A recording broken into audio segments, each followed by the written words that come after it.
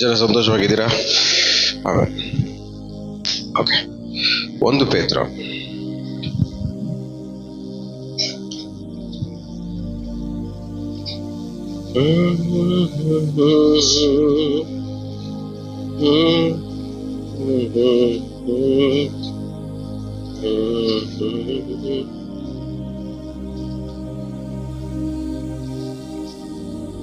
ಒಂದು ಪೇತ್ರ 1ನೇ 25ನೇ ವಾಕ್ಯ.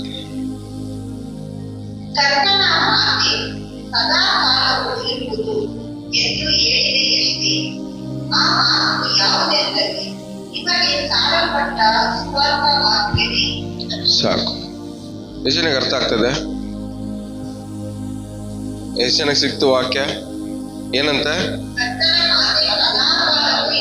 ಕರ್ತನ ಮಾತು ಸದಾಕಾಲವೂ ಇರುವುದು.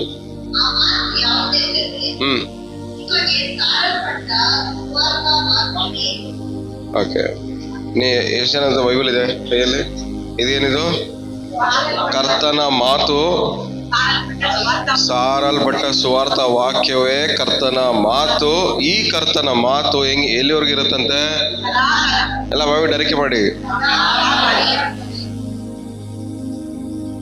ಈ ಸಾರಲ್ಪಟ್ಟಂತ ಸುವಾರ್ತೆಯು ಕರ್ತನ ಮಾತು. ಈ ಕರ್ತನ ಮಾತು ಸದಾ ಕಾಲವಿರುತ್ತೆ.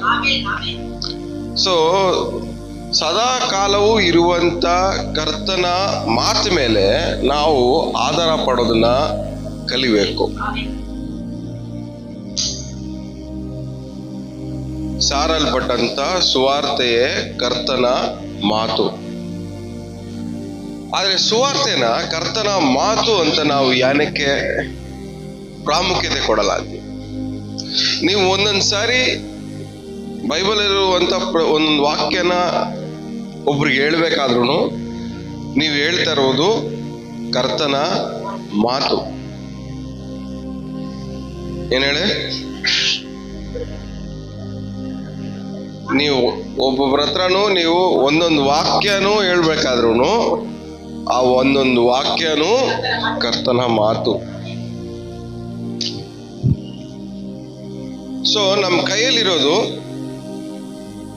ಕರ್ತನ ಮಾತು.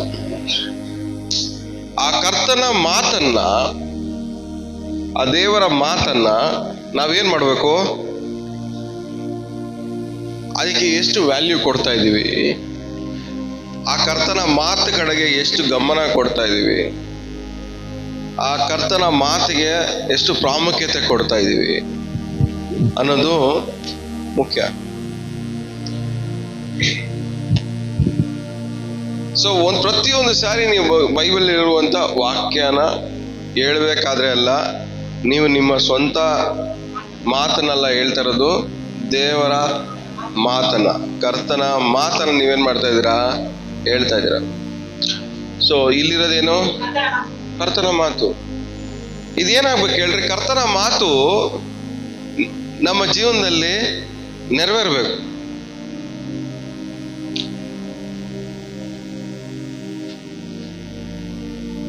ದೇವ್ರ ಮಾತು ಒಂದ್ಸರಿ ಬಾಯಿಂದ ಹೊರಟ ಮೇಲೆ ಅದು ವ್ಯರ್ಥವಾಗಿ ಹಿಂತಿರುಗಲ್ಲ. ಅದೇನ್ ಮಾಡುತ್ತೆ? ಕ್ರಿಯೆ ಮಾಡುತ್ತೆ. ಸೊ ದೇವರ ಮಾತು ವೇಸ್ಟ್ ಮಾತಲ್ಲ. ದೇವ್ರ ಮಾತು ಏನಲ್ಲ ಹೇಳಿ? ವೇಸ್ಟ್ ಮಾತಲ್ಲ. ಸೊ ದೇವ್ರ ಮಾತಿಗೆ ಏನ್ ಕೆಪಾಸಿಟಿ ಇದೆ? ಕಾರ್ಯ ಮಾಡುವಂತ ಕೆಪಾಸಿಟಿ ಇದೆ. ಎಲ್ಲ ಬೈಬಿಟರಿಕೆ ಮಾಡಿ. ದೇವ್ರ ಮಾತಿಗೆ ಕಾರ್ಯ ಮಾಡುವಂತ ಕೆಪಾಸಿಟಿ ಇದೆ. ಆದ್ರೆ ನಮಗೆ ಅದು ಕಾರ್ಯ ಮಾಡುತ್ತೆ ಅನ್ನೋ ಕಾನ್ಫಿಡೆನ್ಸ್ ಇಲ್ಲ. ಏನಿಲ್ಲ ಹೇಳಿ? ದೇವರ ಮಾತು ಕಾರ್ಯ ಮಾಡುತ್ತೆ ಅಂತ ಕಾನ್ಫಿಡೆನ್ಸೇ ಇಲ್ಲ. ಅದಕ್ಕೆ ನಾವೇನ್ ಮಾಡ್ತೀವಿ? ಪೇಷನ್ಸ್ ಇಲ್ದಿರಾ ನಾವು ನಮ್ಮ ಆಲೋಚನೆ ಪ್ರಕಾರವಾಗಿ ಏನೇನು ಮಾಡಬೇಕೋ ಎಲ್ಲಾನು ಮಾಡಿ ಬೋರ್ಡ್ ಎಲ್ಲದನ್ನು ಶಾರ್ಟ್ ಸರ್ಕ್ಯೂಟ್ ಮಾಡಿ ಇಟ್ಬಿಡ್ತೀವಿ. ಅವಸರ ಜಾಸ್ತಿ ನಮಗೆ. ದೇವ್ರ ಮಾತು ಒಂದು ಹಾಡ್ತೀನಿ ನೋಡಿ. ತಡವಾದರೂ ನೆರವೇರುವುದು. ಆಮೇಲೆ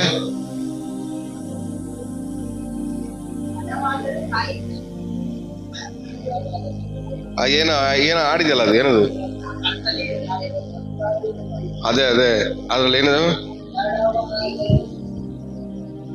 ತಡವಾದರೂ ನೆರವೇರುವುದ. ಹಾ, ಆಮೇಲೆ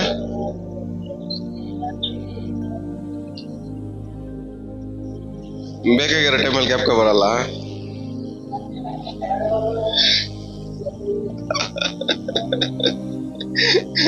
ಓಲ್ ನಿಮ್ಗೆ ಹಾಡು ಗ್ಯಾಪ್ಕ ಇದೆಯಾ? ಸೊ ತಡವಾದ್ರೂ ಲೇಟ್ ಆದ್ರೂ ನೆರವೇರುವಂತ ಕೆಪಾಸಿಟಿ ದೇವರ ಮಾತಿಗೆ ಇದೆ.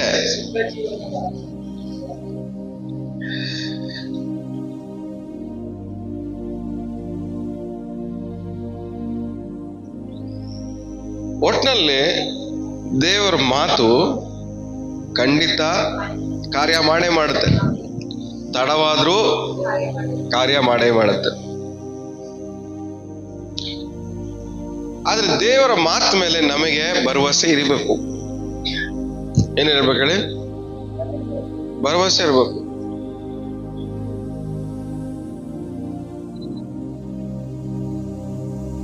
ಸೌಲ ಪೌಲ ಆಗಕ್ ಮುಂಚೆ ಎಷ್ಟೇ ತೊಂದರೆ ಕೊಟ್ಟರು ದೇವ್ರ ಏನ್ ಮಾಡಿದ್ರು?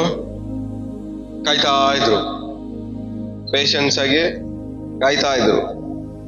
ಇವರೆಲ್ಲ ಏನ್ ಮಾಡ್ತಾ ಇದ್ರು? ಸೌಲನ್ಗೋಸ್ಕರ ಪ್ರಾರ್ಥನೆ ಮಾಡ್ತಾ ಇದ್ರು. ಯಾರು? ಶಿಷ್ಯರು, ದೇವ್ರು ನಂಬಿರೋರು, ಯೇಸುಸ್ವಾಮಿ ನಂಬಿರೋರು. ಇವ್ರು ನಮ್ಗೆ ಇಷ್ಟೊಂದು ತೊಂದರೆ ಕೊಡ್ತಾರಲ್ಲ ಸೌಲ, ದೇವ್ರೇ ಇವನು ಮುಟ್ಟು ಮುಟ್ಟು ಮುಟ್ಟು ಅಂತ. ಏನೂ ಆಗ್ತಾ ಇಲ್ಲ. ಇವ್ರ ಪಾಟಿಗೆ ಇವ್ರು ಅಳ್ಕೊಂಡು ಪ್ರಾರ್ಥನೆ ಮಾಡ್ತಾವ್ರೆ, ಆದ್ರೂ ಏನು ಬದಲಾವಣೆ ಇಲ್ಲ. ಆದ್ರೆ ಒಂದ್ ದಿವಸ ಬಂದಾಗ ದೇವ್ರು ಏನ್ ಮಾಡಿದ್ರು?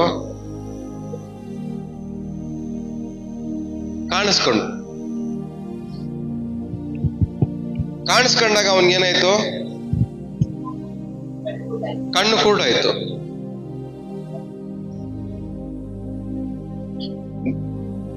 ದೇವರು ಒಂದು ವ್ಯಕ್ತಿ ಕಾಣಿಸ್ಕೊಂಡ್ರೆ ಅವನ್ ಲೈಫ್ ತಲೆ ಕೆಳಗಡೆ ಆಗೋಯ್ತದೆ. ಏನ್ ಹೇಳ್ರಿ? ಅವನ್ ಲೈಫೇ ಉಲ್ಟಾ ಆಗೋಯ್ತದೆ.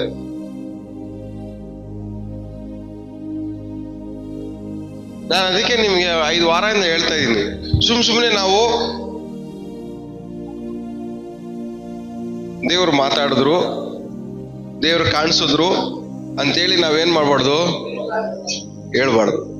ಏನಕ್ಕಂದ್ರೆ ಇದು ಒಂದು ದೇವ್ರು ಮಾತಾಡಿದ್ರೆ ವ್ಯಕ್ತಿ ಜೀವನ ಖಂಡಿತ ಉಲ್ಟಂಪಲ್ಟ ಆಗತ್ತೆ, ಇದ್ದಂಗ ಮಾತ್ರ ಇರಲ್ಲ. ಸೊ ಸೌಲನ್ಗೆ ಕಣ್ಣು ಕೂಡ ಆಯ್ತು, ಕಿವಿ ಕೇಳಿಸಕ್ ಸ್ಟಾರ್ಟ್ ಆಯ್ತು. ಕಿವಿಯಲ್ಲಿ ಏನಂತ ಹೇಳ್ತು? ಏನಂತ ಕೇಳಿಸ್ತು? ಯಾರು ನೀನು? ನನ್ನನ್ನ ಹಿಂಸೆ ಪಡಿಸುವಂತ ಕ್ರಿಸ್ತನೇ ನಾನು. ಅಷ್ಟೇ, ಮುಗೀತು. ಅಲ್ಲಿಗೆ ಅವನ ಅಲ್ಲಿವರೆಗೂ ಬದುಕ್ತಾ ಇದ್ದಂತ ಜೀವನ ಫುಲ್ ಸ್ಟಾಪ್. ದೇವ್ರು ಮಾತಾಡಿದ್ರೆ ಹಳೇದೆಲ್ಲ ನಿಲ್ಬೇಕು. ದೇವ್ರು ಮಾತಾಡಿದ್ರು ಅಂತ ಹೇಳಿದ ಮೇಲೂ ಹಳೇದೆಲ್ಲ ನಿಲ್ದೆ ಹೋದ್ರೆ ಅದು ಅವ್ರ ಮಾತಲ್ಲ.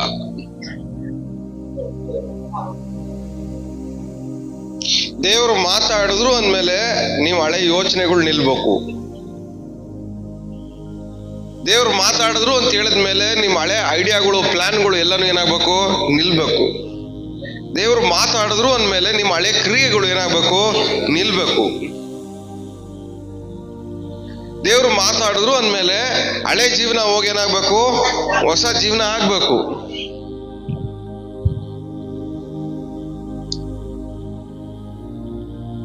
ಅದು ದೇವ್ರು ಮಾತಾಡಿದ್ದಕ್ಕೆ ಒಂದು ಸೂಚನೆ. ಸೊ ದೇವರ ಮಾತು ಸದಾ ಕಾಲವೂ ಇರುವುದು. ಸೊ ಸದಾ ಕಾಲ ಇರುವಂತ ದೇವರ ಮಾತು ಮೇಲೆ ನಾವು ಆಧಾರ ಪಡೋದನ್ನ ಕಲಿಬೇಕು. ಸೊ ನೀವು ಒಂದೊಂದು ವಾರನೂ ಇದನ್ನ ಅರಿಕೆ ಮಾಡ್ಬೇಕಾದ್ರೆ ಏನು ಅರಿಕೆ ಮಾಡ್ತಾ ಇದ್ದ? ಸದಾ ಕಾಲವು ಇರುವಂತ ದೇವರ ಮಾತನ್ನ ಅರಿಕೆ ಮಾಡ್ತಾ ಇದ್ದೀರಾ. ನೀವು ಅರಿಕೆ ಮಾಡುವಂತ ಈ ದೇವರ ಮಾತು ನೆರವೇರುವಂತ ಕೆಪಾಸಿಟಿ ಇದೆ. ಈ ದೇವರ ಮಾತು ಏನ್ ಮಾಡುತ್ತೆ? ನೆರವೇರುವಂತ ಸಾಮರ್ಥ್ಯ ದೇವರ ಮಾತಿಗೆ ಇದೆ.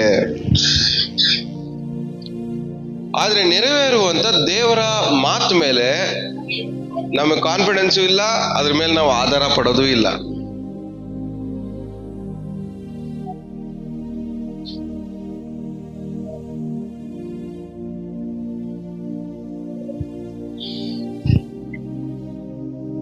ಒಂದು ವಾಕ್ಯ ಓದ್ಕೊಳ್ಳಿ.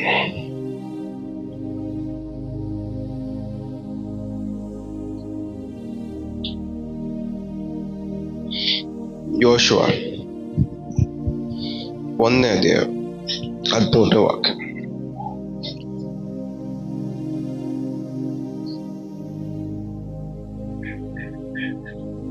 ಯೆಹೋವನ ಸೇವಕನಾದ ಮೋಶೆಯು ನಿನಗೆ ಆಜ್ಞಾಪಿಸಿದ್ದನ್ನು ನೆನಪು ಮಾಡಿಕೊಳ್ಳಿರಿ.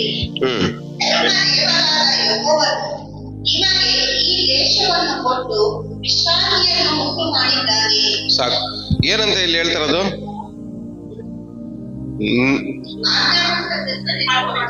ಸೇವಕನಾಗಿರುವ ಮೋಶೆಗೆ ಯಾರು ಹೇಳಿದ್ರು? ಮೋಶೆ ಹತ್ರದ್ದು ಯಾರು ಮಾತಾಡಿದ್ದು? ದೇವರು ಮಾತಾಡಿ. ಎಲ್ಲ ಗಮನಿಸ್ರಿ. ಮೋಶೆ ಹತ್ರ ದೇವ್ರು ಮಾತಾಡಿದ್ರು. ಮೋಶೆ ಹತ್ರ ದೇವ್ರು ಮಾತಾಡಿದ್ರು.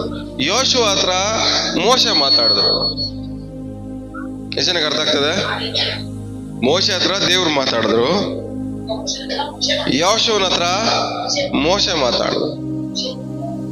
ಇವಾಗ ಇಸ್ರೇಲ್ ಜನರ ಹತ್ರ ಯೋಶುವ ಮಾತಾಡ್ತಾರೆ.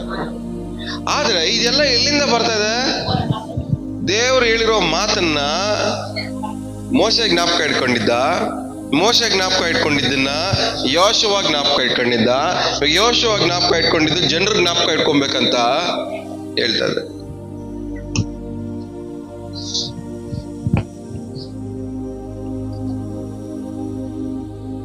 ಏನಕ್ಕೆ ಅದನ್ನ ಹೇಳ್ಬೇಕು? ಅಲ್ಲಿ ನೀವು ಅದು ಓದ್ಕೊಂಡ್ ಬರ್ತಾ ಇದ್ರೆ, ದೇವರು ಈ ವಾಗ್ದಾನವಾದ ದೇಶವನ್ನ ದೇವರು ಕೊಡ್ಬೇಕಂದ್ರೆ ಇದೆಲ್ಲ ನಾವು ಮಾಡಬೇಕು ಅಂತ. ಇದನ್ನ ದೇವರು ಕೊಡ್ತಾರೆ ಅಂತ ಹೇಳಿದ್ದಾರೆ, ದೇವರು ಮಾಡ್ತೀನಿ ಅಂತ ಹೇಳಿದ್ದಾರೆ. ನಾವು ಜ್ಞಾಪಕ ಹಿಡ್ಕೊಬೇಕು. ಎಷ್ಟು ಜನಕ್ಕೆ ಅರ್ಥ ಆಗ್ತದೆ? ತಲೆಗೆ ಹೋಗ್ತಾ ಇದೆಯಾ? ದೇವರು ಮಾಡ್ತೀನಿ ಅನ್ನೋದನ್ನ, ದೇವ್ರು ಕೊಡ್ತೀನಿ ಅಂದಿದ್ದನ್ನ, ದೇವ್ರು ಮಾಡಕ್ ಹೋಗೋದನ್ನ ನಾವು ಯಾವಾಗ್ಲೂ ಜ್ಞಾಪಕ ಇಡ್ಕೋಬೇಕು.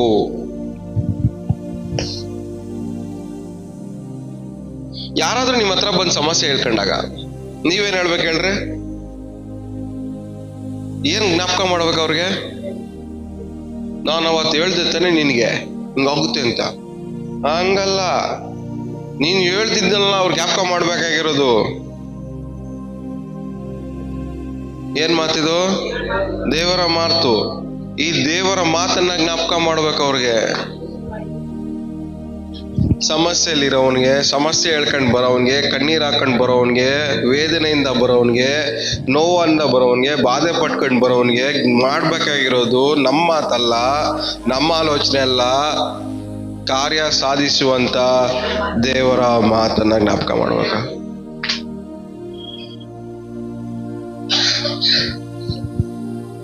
ದೇವರ ಮಾತನ್ನ ಜ್ಞಾಪಕ ಪಡಿಸಿದ್ರೆ ಮಾತ್ರನೇ ಆ ದೇವರ ಮಾತು ಅವನ ಜೀವನದಲ್ಲಿ ಕಾರ್ಯ ಮಾಡಕ್ ಸ್ಟಾರ್ಟ್ ಮಾಡುತ್ತೆ. ನಮ್ದೇನ್ ಗೊತ್ತಾ ಸಮಸ್ಯೆ?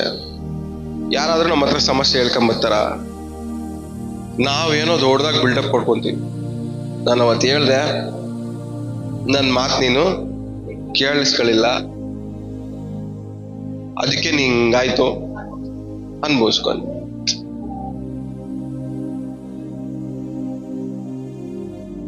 ಅದಕ್ಕೆ ಬದಲಾಗಿ ಈ ಸಿಚುವೇಶನ್ ಅಲ್ಲಿ ದೇವ್ರ ಮಾತು ಯಾವ ತರ ಮಾತಾಡ್ಬೋದು, ದೇವ್ರು ಯಾವ ತರ ಮಾತಾಡ್ಬೋದು. ಏನಂದ್ರೆ ನಮ್ ಪ್ರಾಬ್ಲಮ್ ಏನಂದ್ರೆ ದೇವ್ರು ಯಾವ ತರ ಮಾತಾಡ್ತಾರೆ ಅನ್ನೋ ಐಡಿಯಾನೇ ಇಲ್ಲ ನಮಗೆ. ಯಾವ್ಯಾವ ಸಿಚುವೇಶನ್ ಅಲ್ಲಿ ದೇವ್ರು ಹೆಂಗ್ ಮಾತಾಡ್ತಾರೆ, ಯಾವ್ಯಾವ ಸಿಚುವೇಶನ್ ಅಲ್ಲಿ ದೇವ್ರು ಯಾವ ತರ ಮಾತಾಡ್ತಾರೆ, ಯಾವ್ಯಾವ ಸಿಚುವೇಶನ್ ದೇವ್ರು ಯಾವ್ಯಾವ ತರ ರಿಯಾಕ್ಟ್ ಮಾಡಿ ಮಾತಾಡ್ತಾರೆ ಅನ್ನೋ ಐಡಿಯಾನ ನಮಗೆ ಇಲ್ಲ.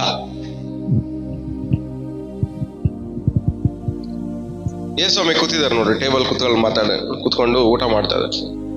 ಯೇಸ್ವಾಮಿನ ನೋಡಕ್ಕೆ ಮಾತಾಡಕ್ಕೆ ವ್ಯಭಿಚಾರಿ ಸ್ತ್ರೀ ಬರ್ತದೆ. ವ್ಯಭಿಚಾರಿ ಸ್ತ್ರೀ ಬಂದು ಕುತ್ಕೊಂಡು ಕಾಲ ಹತ್ರ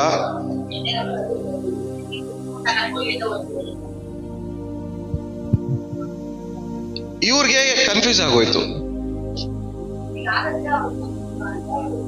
ಒಳಗಡೆನೆ ಅನ್ಕೊಂತವ್ರೆ. ಫಸ್ಟ್ ಕನ್ಫ್ಯೂಷನ್ ಏನು, ಈ ವ್ಯಭಿಚಾರಿ ಸ್ತ್ರೀ ಏನಕ್ಕೆ ಬಂದು ಕಾಲು ಹಿಡ್ಕೊಂಡೈತೆ. ಎರಡನೇದು ಪಾಪಿ ಆದ್ರೆ ಹೋದ್ರೆ ಹೋಯ್ತು, ಕಾಸ್ಟ್ಲಿ ಆಗಿರೋದನ್ನ ಕಾಲಿಗೆ ಹಾಕಾಕ್ದೆ. ಒಂದು ವ್ಯಭಿಚಾರಿ ಸ್ತ್ರೀ ಅನ್ನೋದೇ ಪ್ರಾಬ್ಲಮ್ ಅವ್ರಿಗೆ. ಎರಡನೇದು ಕಾಸ್ಟ್ಲಿ ಆಗಿರೋದು ಕಾಲಿಗೆ ಹಾಕಿರೋದು ಇನ್ನೂ ಪ್ರಾಬ್ಲಮ್. ಈ ಕಡೆ ಜನರೆಲ್ಲ ಒಂದು ರಿಯಾಕ್ಷನ್, ಈ ಕಡೆ ಯೇಸ್ವಾಮಿ ಒಂದು ರಿಯಾಕ್ಷನ್.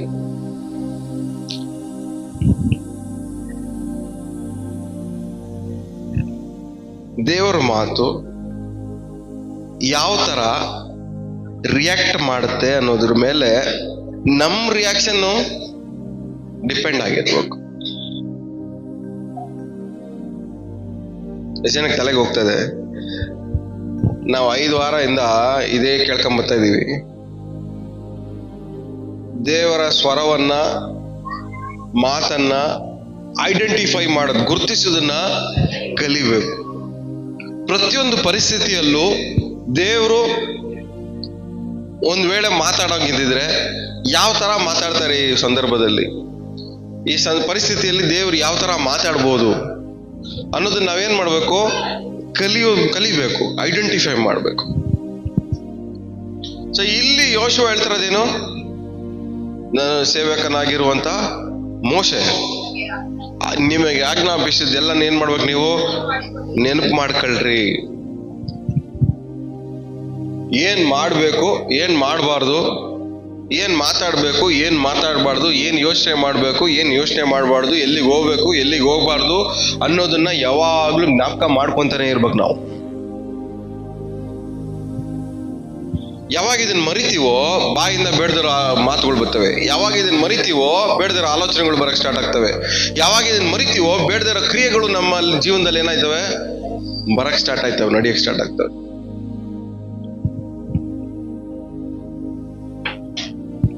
ಪಕ್ಕದಲ್ಲಿ ಮುಖ ನೋಡ್ಕೊಂಡು ಹೇಳಿ, ಏನ್ ಮಾಡ್ಬೇಕು, ಏನ್ ಮಾಡಬಾರ್ದು, ಎಲ್ಲಿಗೆ ಹೋಗ್ಬೇಕು, ಎಲ್ಲಿಗೆ ಹೋಗ್ಬಾರ್ದು, ಯಾರ ಜೊತೆ ಸೇರ್ಬೇಕು, ಯಾರ ಜೊತೆ ಸೇರ್ಬಾರ್ದು, ಆಮೇಲೆ ಏನ್ ಯೋಚನೆ ಮಾಡ್ಬೇಕು, ಏನ್ ಯೋಚನೆ ಮಾಡಬಾರ್ದು, ಇದನ್ನ ಯಾವಾಗಲೂ ಜ್ಞಾಪಕದಲ್ಲಿ ಇಟ್ಕೊಬೇಕು ನೀವು ಅಂತ. ಇದು ಯಾವಾಗಲೂ ಮೈಂಡಲ್ಲಿ ನಮ್ಗೆ ಇರ್ಬೇಕು. ದೇವ್ರು ನಮ್ಗೆ ಆಜ್ಞಾಪಿಸಿರೋದೇನು ಅಂದ್ರೆ, ಆಜ್ಞಾಪಿಸಿರೋದು ಅರ್ಥ ಏನು, ದೇವ್ರು ಮಾತಾಡಿ ಹೇಳಿರೋದೇನು, ಏನೇನು ಹೇಳಿದಾರೆ, ನಾವು ಮಾತಾಡಿ ಅವರ ಮಾತಿನ ಮೂಲಕವಾಗಿ ನಮ್ಗೆ ಏನೇನು ಆಜ್ಞೆ ಕೊಟ್ಟಿದ್ದಾರೆ.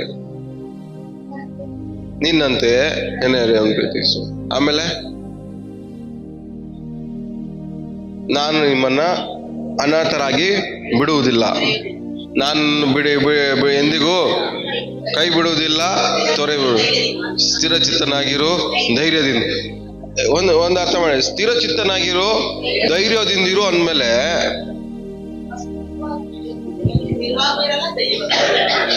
ಅದನ್ನ ಜ್ಞಾಪಕ ಮಾಡ್ಕೊಬೇಕಾ ಬೇಡವಾ? ಈ ಮಾತುಗಳನ್ನ ನಾವೇನ್ ಮಾಡ್ಬೇಕು? ಜ್ಞಾಪಕ ಮಾಡ್ಕೊಬೇಕು.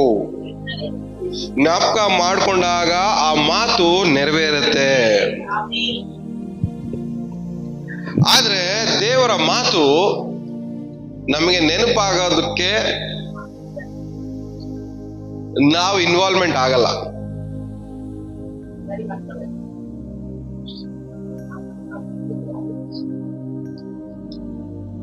ದೇವರ ಮಾತು ನೆನಪಾಗಕ್ಕೆ ನಮ್ಮ ಮೈಂಡಲ್ಲಿ ನಾವು ಜಾಗ ಕೊಡಲ್ಲ.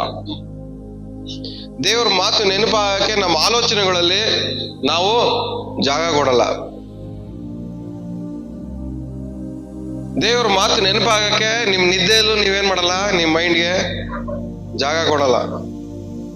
ಸರಿ, ಯಾರಾದ್ರೂ ನೀವು ಬಂದು ಬೈದ್ರೆ ನಿಮಗೆ ಏನ್ ಜ್ಞಾಪಕ ಬರುತ್ತೆ ಆ ಟೈಮಲ್ಲಿ? ಯಾರಾದ್ರೂ ನಿಮ್ಗೆ ಅವಮಾನ ಮಾಡಿದ್ರೆ ಏನ್ ಜ್ಞಾಪಕ ಬರುತ್ತೆ? ಏನ್ ಜ್ಞಾಪಕ ಬರುತ್ತೆ ಹೇಳ್ರಿ? ರಿಯಲ್ ಆಗಿ ಹೇಳ್ರಿ.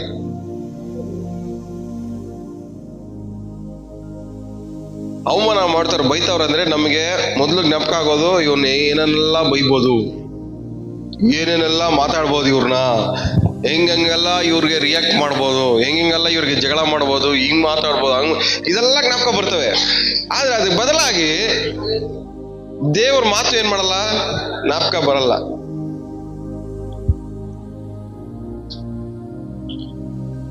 ಪಕ್ಕದಲ್ಲಿ ಕೈ ಕೊಟ್ಟು ಹೇಳಿ, ಮುಖ ನೋಡ್ಕೊಂಡು ಹೇಳಿ, ಎಲ್ಲಾ ಟೈಮಲ್ಲೂ ಎಲ್ಲಾ ಪರಿಸ್ಥಿತಿಯಲ್ಲೂ ನಮಗೆ ದೇವ್ರ ಮಾತು ಜ್ಞಾಪಕ ಬರಬೇಕು. ದೇವ್ರ ಮಾತು ಜ್ಞಾಪಕ ಬರ್ಬೇಕು ನಮ್ಗೆ. ನಮ್ಮಂತಲ್ಲ. ಯಾಕಂದ್ರೆ ನಾವೆಲ್ಲ ಯಾರ ಪ್ರತಿನಿಧಿ ಆಗಿದ್ದೀವಿ? ದೇವರ ಪ್ರತಿನಿಧಿ ಆಗಿದ್ದೀವಿ. ಕ್ರಿಸ್ತನ ರಾಯಭಾರಿಗಳಾಗಿದ್ದೀವಿ.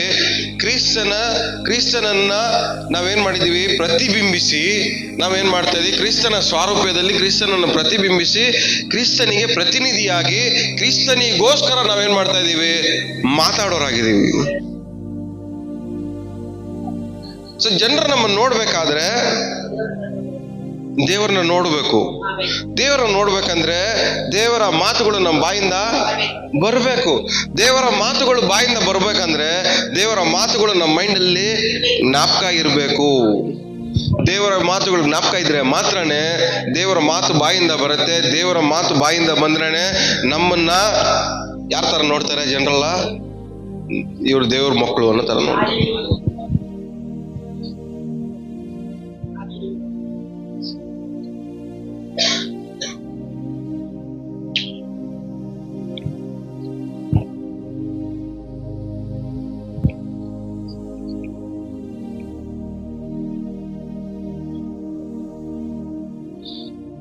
ಯೋಶುವ 24:26.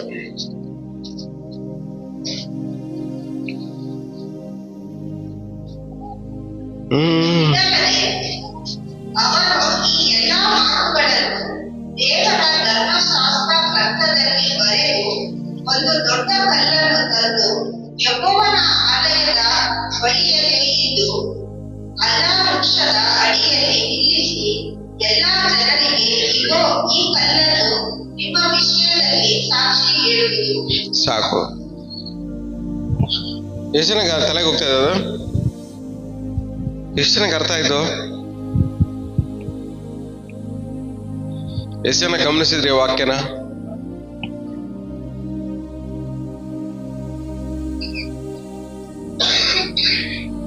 ಎಷ್ಟು ಜನಕ್ಕೆ ವಾಕ್ಯ ಅರ್ಥ ಆಯ್ತು? ಆ ಕಂಟೆಂಟ್ ಅರ್ಥ ಆಯ್ತು?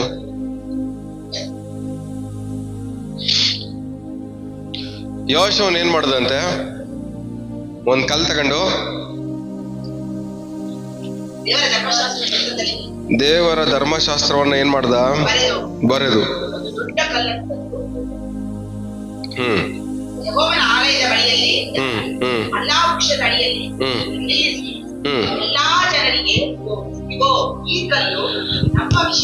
ಸಾಕು. ಧರ್ಮಶಾಸ್ತ್ರ ಬರ್ದಿದ್ದಲ್ಲಿ ಬುಕ್ಕಲ್ಲಿ, ಅದನ್ನ ಇಟ್ಟಿದ್ದಲ್ಲಿ ಕಲ್ಲ ಮೇಲೆ, ದೇವಾಲಯದ ಹತ್ರ. ಬುಕ್ಕಲ್ಲಿ ಬರ್ದ್ಬಿಟ್ಟು ಕಲ್ ಮೇಲೆ ಇಟ್ಬಿಟ್ಟು ಇವಾಗ ಏನ್ ಸಾಕ್ಷಿ ಅಂತ ಇದಾರೆ? ಇದು ಕಲ್ಲ ಸಾಕ್ಷಿ. ಸಾಕ್ಷಿ ಹೇಳುತ್ತೆ.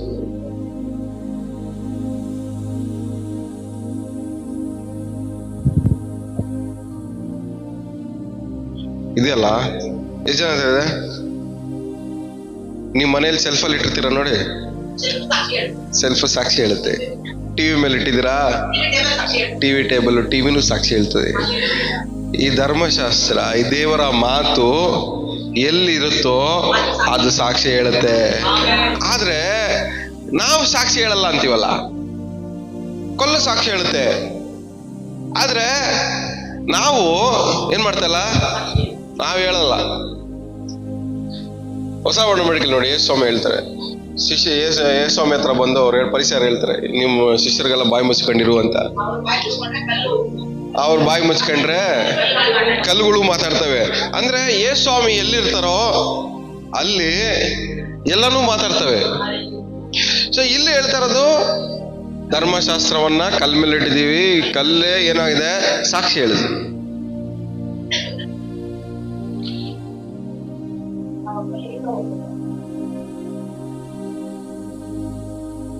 ಹೊಸ ಒಡಂಬಡಿಕೆಯಲ್ಲಿ ದೇವ್ರ ವಾಕ್ಯ ಹೇಳುತ್ತೆ, ಹಳೆ ಒಡಂಬಡಿಕೆಯಲ್ಲಿ ಧರ್ಮಶಾಸ್ತ್ರವನ್ನ ಕಲ್ಲು ಮೇಲೆ ಬರ್ದಿರು.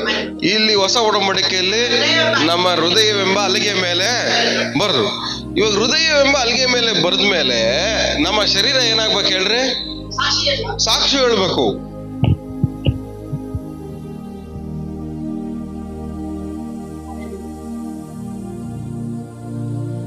ಆದ್ರೆ ಯಾವ್ದಕ್ ಸಾಕ್ಷಿ ಹೇಳಿದೆ ನಮ್ಮ ಶರೀರ? ಯಾವ್ದಕ್ಕೆ ವಿಟ್ನೆಸ್ ಮಾಡ್ತಾ ಇದೆ?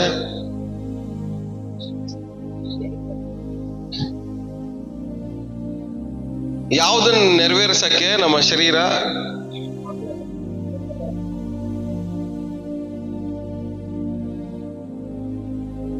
ಸೊ ನಿಮ್ಮಲ್ಲಿ ದೇವ್ರ ವಾಕ್ಯ ಇದೆ ಅಂದ್ರೆ, ನಿಮ್ಮಲ್ಲಿ ದೇವ್ರ ಮಾತು ಇದೆ ಅಂದ್ರೆ ನೀವೇ ಸಾಕ್ಷಿ. ಯೇಸುಸ್ವಾಮಿ ಏನ್ ಹೇಳ್ತಾರೆ, ಲೋಕದ ಕಟ್ಟ ಕಡೆಗೆ ಹೋಗಿ ನೀವೇನಾಗಿರ್ಬೇಕು? ಸಾಕ್ಷಿಗಳೇ. ಏನಕ್ಕೆ? ನಿಮ್ಮೊಳಗಡೆ ದೇವರ ಮಾತು ಬರೆಯಲ್ಪಟ್ಟಿದೆ, ಆದ್ದರಿಂದ ನೀವೇ ದೇವರಿಗೆ ಸಾಕ್ಷಿ. ಯಾರ ಹೃದಯದಲ್ಲಿ ದೇವರ ಮಾತಿರುತ್ತೋ ಅವರೇ ದೇವರಿಗೆ ಸಾಕ್ಷಿ. ಸಾಕ್ಷಿ ವಿಟ್ನೆಸ್ ಅಂದ್ರೆ ನೀವು ಅಷ್ಟೊಂದು ಈಸಿಯಾಗಿ ತಗೋಬಾರ್ದು. ನಾವು ಹೇಳಿದ್ರೇನೆ ಅವನ್ ಕಳ್ಳನ ಇಲ್ವಾ ಅಂತ ಪ್ರೂವ್ ಆಗೋದು. ನಾವ್ ಹೇಳಿದ್ರೇನೆ ಅವ್ನು ಒಳ್ಳೆಯವನ ಕೆಟ್ಟವನಂತ ಪ್ರೂವ್ ಆಗೋದು. ಆ ತರ ದೇವ್ರು ನಮ್ಮನ್ನು ನೋಡ್ತಾ ಇದ್ದಾರೆ. ಆದ್ರೆ ಫಾರ್ ಎಕ್ಸಾಂಪಲ್, ನೀವು ದೇವರಿಗೆ ಸಾಕ್ಷಿಯಾಗಿದ್ದೀರ. ಈ ಸಾಕ್ಷಿ ವಿಟ್ನೆಸ್ ಪರ್ಸನ್ ಉಲ್ಟಾ ಹೊಡೆದ್ಬಿಟ್ರೆ ಏನ್ ಮಾಡೋದು?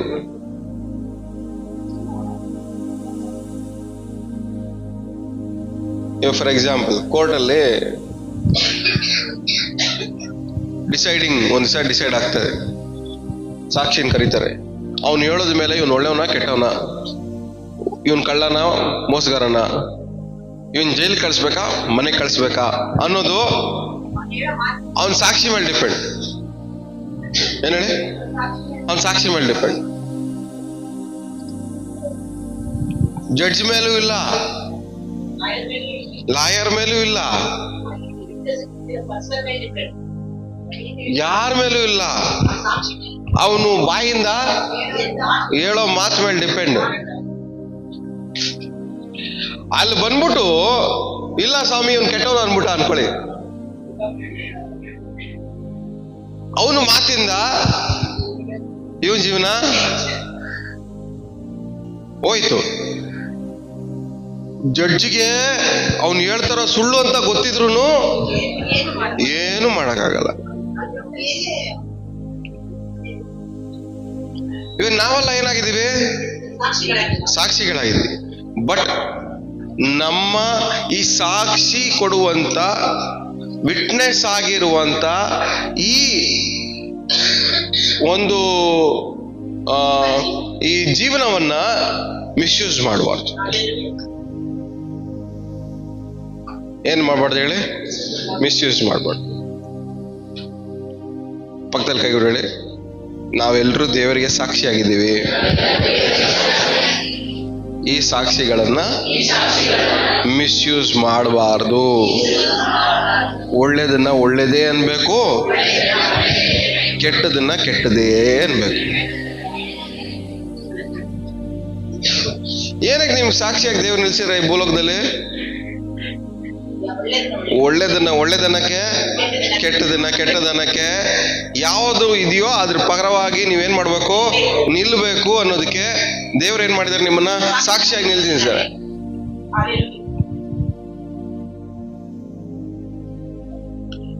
ಆದ್ರೆ ಈ ಸಾಕ್ಷಿಗಳು ಏನ್ ಮಾಡ್ತವೆ? ಡಬಲ್ಗೆ ಮಾಡ್ತವೆ.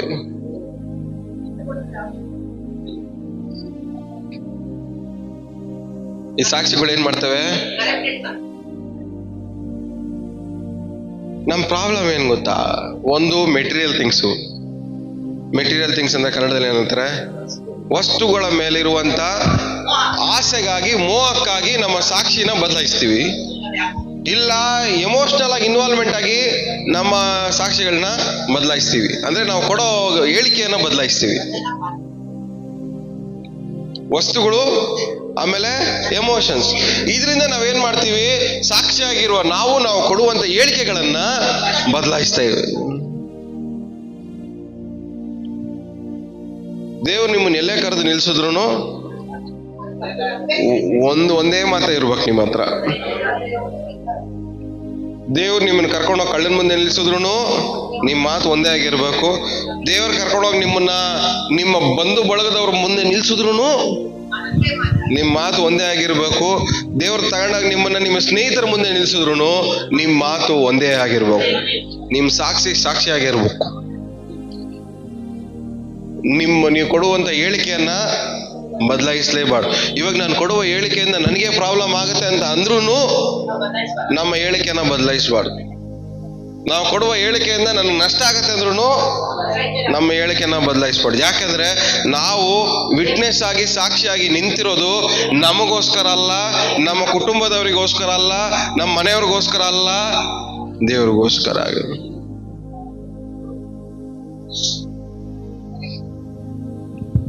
ಕೆಲವೊಂದ್ಸರಿ ನಾವು ಕೊಡುವ ಹೇಳಿಕೆಯಿಂದ ನಮಗೆ ನೋವು ಆಗತ್ತೆ, ನಾವು ಕೊಡುವ ಹೇಳಿಕೆಯಿಂದ ಬಾಧೆ ಆಗತ್ತೆ, ನಾವು ಕೊಡುವ ಹೇಳಿಕೆಗಳಿಂದ ನೋವು ಆಗತ್ತೆ, ಸಂಕಟ ಆಗತ್ತೆ, ಅವಮಾನ ಆಗತ್ತೆ. ಆದ್ರೂ ದೇವರಿಗೋಸ್ಕರವಾಗಿ ನಾವು ಸಾಕ್ಷಿಯಾಗಿ ನಿಂತ್ಕೊಳ್ಳೇಬೇಕು.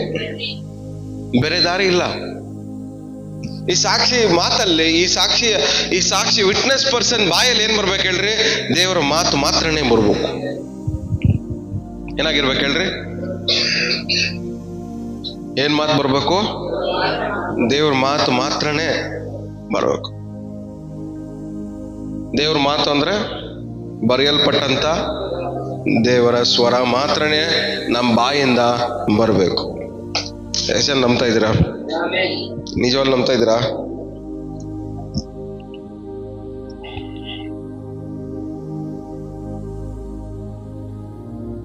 ಎರಡು ಸಾಮ್ಯಲ 22ನೇ ಅಧ್ಯಾಯ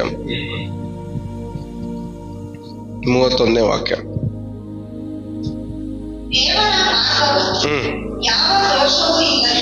ದೇವರ ಮಾರ್ಗವು ಯಾವ ದೋಷವೂ ಇಲ್ಲದೆ ಇರೋದು. ಆಮೇಲೆ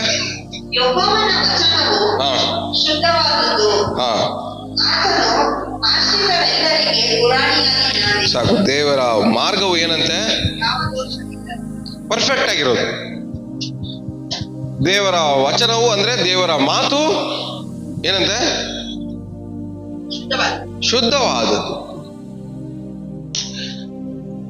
ನೀವು ಯಾವಾಗ ದೇವ್ರ ಮಕ್ಕಳಾಗಿ ಮಾರ್ಪಡ್ತೀರೋ, ಯಾವಾಗ ನೀವು ದೇವ್ರನ್ನ ಅಂಗೀಕಾರ ಮಾಡ್ಕೊಂತೀರೋ, ನೀವು ಏನಾಗಿರ್ತೀರಾ? ದೇವರ ಮಕ್ಕಳಾಗಿ ಮಾರ್ಪಡ್ತೀರಾ. ಅದಾದ್ಮೇಲೆ ದೇವರಿಗೆ ಸೇವೆ ಮಾಡ್ಬೇಕು ಅಂತ ಅನ್ಕೊಂತೀರ ನೋಡ್ರಿ, ಅವಾಗ ನಿಮ್ಮ ಮಾತುಗಳು ಏನಾಗಿರ್ಬೇಕು? ಶುದ್ಧವಾಗಿರ್ಬೇಕು. ದೇವ್ರು ಮಾತಾಡೋ ಮಾತು ಹೆಂಗಿರುತ್ತಂತೆ? ಎಲ್ಲ ಬಾಯ್ಬಿಟ್ಟು ಅರಿಕೆ ಮಾಡ್ರಿ. ದೇವ್ರು ಮಾತಾಡೋ ಮಾತು ಹೆಂಗಿರುತ್ತೆ? ಇನ್ನೊಂದ್ಸರಿ ಗಟ್ಟಿಗೆ ಹೇಳ್ರಿ. ಇನ್ನೊಂದ್ಸರಿ ಹೇಳ್ರಿ ಗಟ್ಟಿಗೆ. ಸೊ ಯಾರ ಮುಂದೆ ಆದ್ರೂ ನಾವು ಕುತ್ಕೊಂಡು ಮಾತಾಡಿದಾಗ, ಯಾರಾದ್ರೂ ನಮಗೆ ಪ್ರಾರ್ಥನೆ ಮಾಡು ಅಂತ ಕೇಳ್ಕೊಂಡಾಗ ಯಾರಾದ್ರೂ ಬಂದು ನಮ್ಗೆ ಹತ್ರ ಅವ್ರ ಸಮಸ್ಯೆ ಹೇಳ್ಕೊಂಡಾಗ ನಮ್ಮ ಮಾತು ಏನಾಗಿರ್ಬೇಕು? ಕಲಬೆರಿಕೆಯಿಂದ ಕೂಡಿರಬಾರ್ದು, ಶುದ್ಧವಾಗಿರ್ಬೇಕು. ಯಾಕಂದ್ರೆ ದೇವ್ರು ಮಾತಾಡಿದ್ರೆ ಶುದ್ಧವಾಗಿ ಮಾತಾಡ್ತಾರೆ, ಪ್ಯೂರ್ ಆಗಿ ಮಾತಾಡ್ತಾರೆ.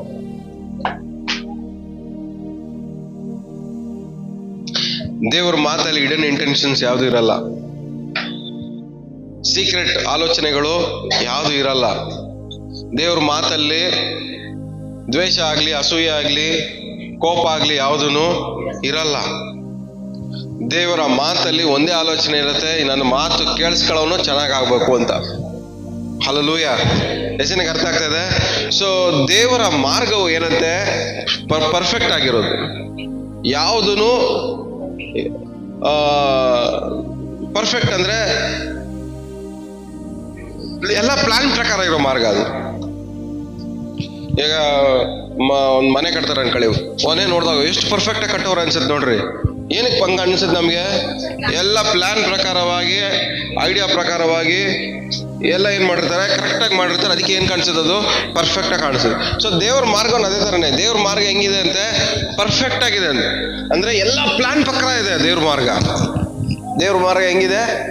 ಎಲ್ಲಾ ಪ್ಲಾನ್ ಪ್ರಕಾರನೇ ಇದೆ, ಪರ್ಫೆಕ್ಟ್ ಆಗಿದೆ ಅದು. ದೇವ್ರ ಪ್ಲಾನ್ ಅನ್ನಲ್ಲ, ಏನೇನಿದೆ ದೇವ್ರ ಪ್ಲಾನ್ ಅಲ್ಲ, ಆ ಮಾರ್ಗದಲ್ಲಿ ಏನಾಗಿದೆ? ಪರ್ಫೆಕ್ಟ್ ಆಗಿ ದೇವ್ರ ಮಾರ್ಗ ಎಲ್ಲ ಏನಾಗಿದೆ? ಪ್ಲಾನ್ ಪ್ರಕಾರವಾಗಿ ಪರ್ಫೆಕ್ಟ್ ಆಗಿ ಆ ಮಾರ್ಗದಲ್ಲಿ ಅಳವಡಿಸಲ್ಪಟ್ಟಿದೆ. ಆ ಮಗುನ್ ಸ್ವಲ್ಪ ಹಿಂದೆ ಕರ್ಕೊಂಡಾಗಿ.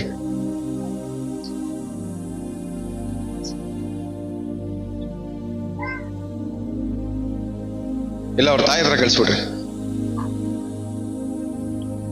ಇಲ್ಲ ನೀವು ಹಿಂದೆ ಕಡೆ ಕೂತ್ಕೊಂಡ್ಬಿಡ್ರಿ. ಓಲಿ ಅವ್ನು ಕರ್ಕೊಂಡೋಗಿ ಹಿಂದೆ ಕೂತ್ಕೊಂಡ್ಬಿಡ್ರಿ.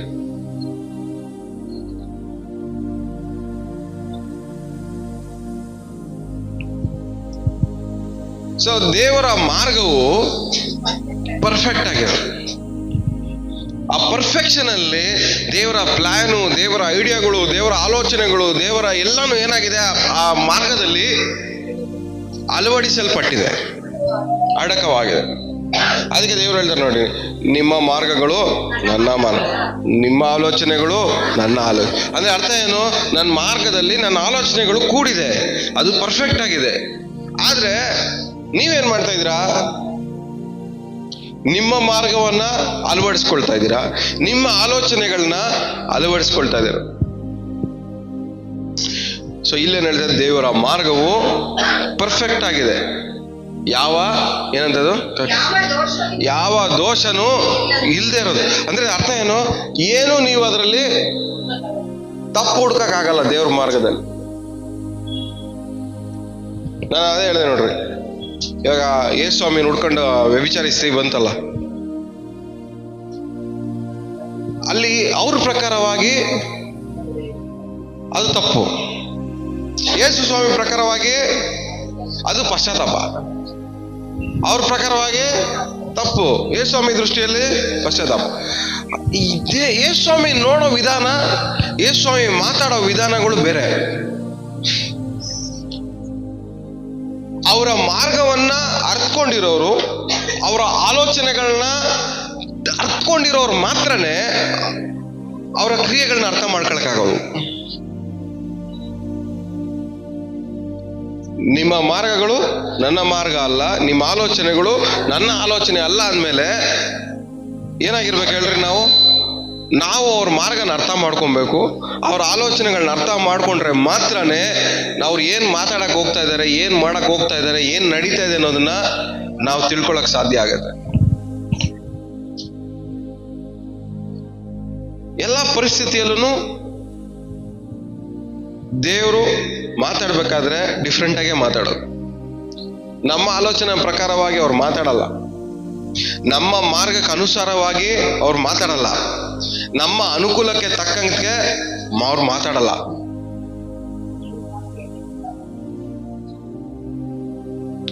ಸೊ ಒಂದು ವಿಶ್ವಾಸಿ ದೇವ್ರ ಮಾತನ್ನ ಅರ್ಥ ಮಾಡ್ಕೊಬೇಕಂದ್ರೆ ಅವನಿಗೆ ದೇವ್ರ ಮಾರ್ಗ ಅರ್ಥ ಆಗಿರ್ಬೇಕು. ಫಸ್ಟ್ ದೇವ್ರು ಯಾವ ರೂಟಲ್ಲಿ ಕರ್ಕೊಂಡು ಹೋಗ್ತಾ ಇದ್ದಾರೆ, ಯಾವ ಮಾರ್ಗದಲ್ಲಿ ಕರ್ಕೊಂಡು ಹೋಗ್ತಾ ಇದ್ದಾರೆ, ಏನ್ ಮಾಡಕ್ ಇಷ್ಟಪಡ್ತಾ ಇದ್ದಾರೆ, ನನ್ ಏನ್ ಮಾಡ್ಬೇಕಂತ ಅನ್ಕೊಂತಾ ಇದ್ದಾರೆ ಅನ್ನೋದು ನಿಮ್ಗೆ ಅರ್ಥ ಆಗದೆ ಹೋದ್ರೆ ನಿಮ್ಗೆ ದೇವ್ರು ಏನ್ ಮಾತಾಡಕ್ ಹೋಗ್ತಾ ಇದ್ದಾರೆ ಅನ್ನೋದು ನಿಮ್ಗೆ ಅರ್ಥನೇ ಆಗಲ್ಲ. ನಿಮ್ಗೆ ಏನ್ ಅನ್ಸುತ್ತೆ ಅವಾಗ, ನಾನು ಎಲ್ಲಿದ್ದೀನಿ, ಏನ್ ನಡೀತಾ ಇದೆ, ಒಂದು ನನಗೆ ಅರ್ಥನೇ ಆಗ್ತಾ ಇಲ್ಲ. ಏನಕ್ಕೆ ಅರ್ಥ ಆಗಲ್ಲ ಹೇಳಿ? ಮಾರ್ಗ ನಿಮ್ ಮಾರ್ಗದಲ್ಲಿ ನೀವು ಹೋಗ್ತಾ ಇರ್ತೀರಾ, ಆದ್ರೆ ದೇವರ ಆಲೋಚನೆ ನೆರವೇರ್ಬೇಕು ಅನ್ಕೊಂತೀರಾ. ನಿಮ್ಮ ಮಾರ್ಗದಲ್ಲಿ ದೇವರ ಆಲೋಚನೆ ನೆರವೇರ್ಬೇಕಂತ ನೀವು ಅನ್ಕೊಂತೀರಾ. ಅದಕ್ಕೆ ನಿಮ್ಗೆ ನಿಮ್ ಲೈಫಲ್ಲಿ ಏನ್ ನಡೀತಾ ಇದೆ ಅನ್ನೋದನ್ನೇ ಗೊತ್ತಾಗ್ತಾ ಇಲ್ಲ.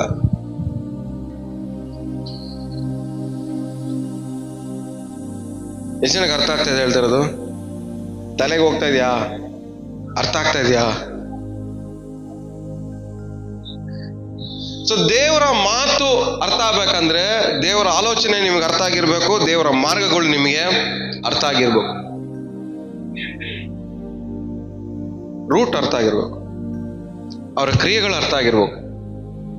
ಈ ಸಿಚುವೇಶನ್ ದೇವ್ರು ಏನ್ ಮಾಡ್ಬೋದು, ಯಾವ ತರ ರಿಯಾಕ್ಟ್ ಮಾಡ್ಬೋದು, ಅವ್ರ ಆಲೋಚನೆ ಯಾವ ತರ ಇರ್ಬೋದು ಅನ್ನೋದನ್ನ ಒಂದ್ ನಿಮಿಷ ನೀವು ಆಲೋಚನೆ ಮಾಡಿದ್ರೆ ಅರ್ಥ ಆಗತ್ತೆ ಈ ಟೈಮಲ್ಲಿ ದೇವ್ರು ಹಿಂಗೇ ಮಾತಾಡ್ತಾರೆ ಅಂತ.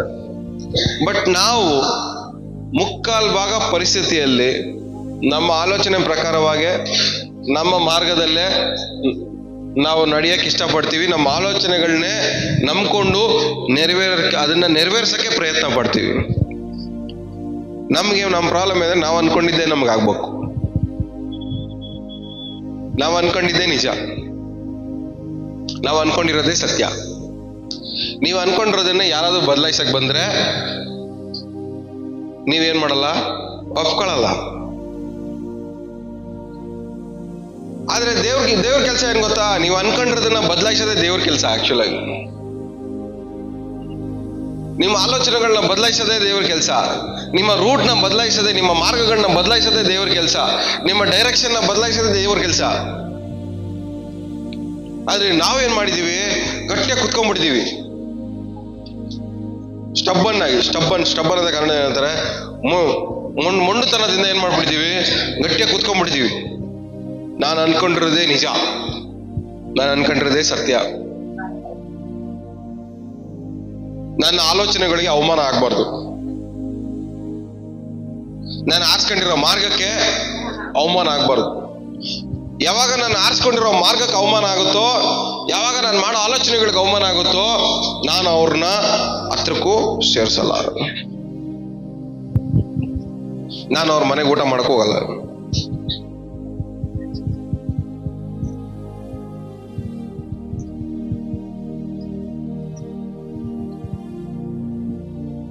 ಒಂದು ನಿಮಿಷ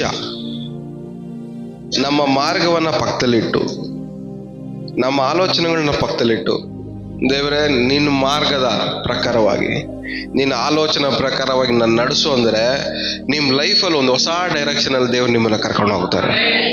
ಹಲ್ಲೆಲೂಯ.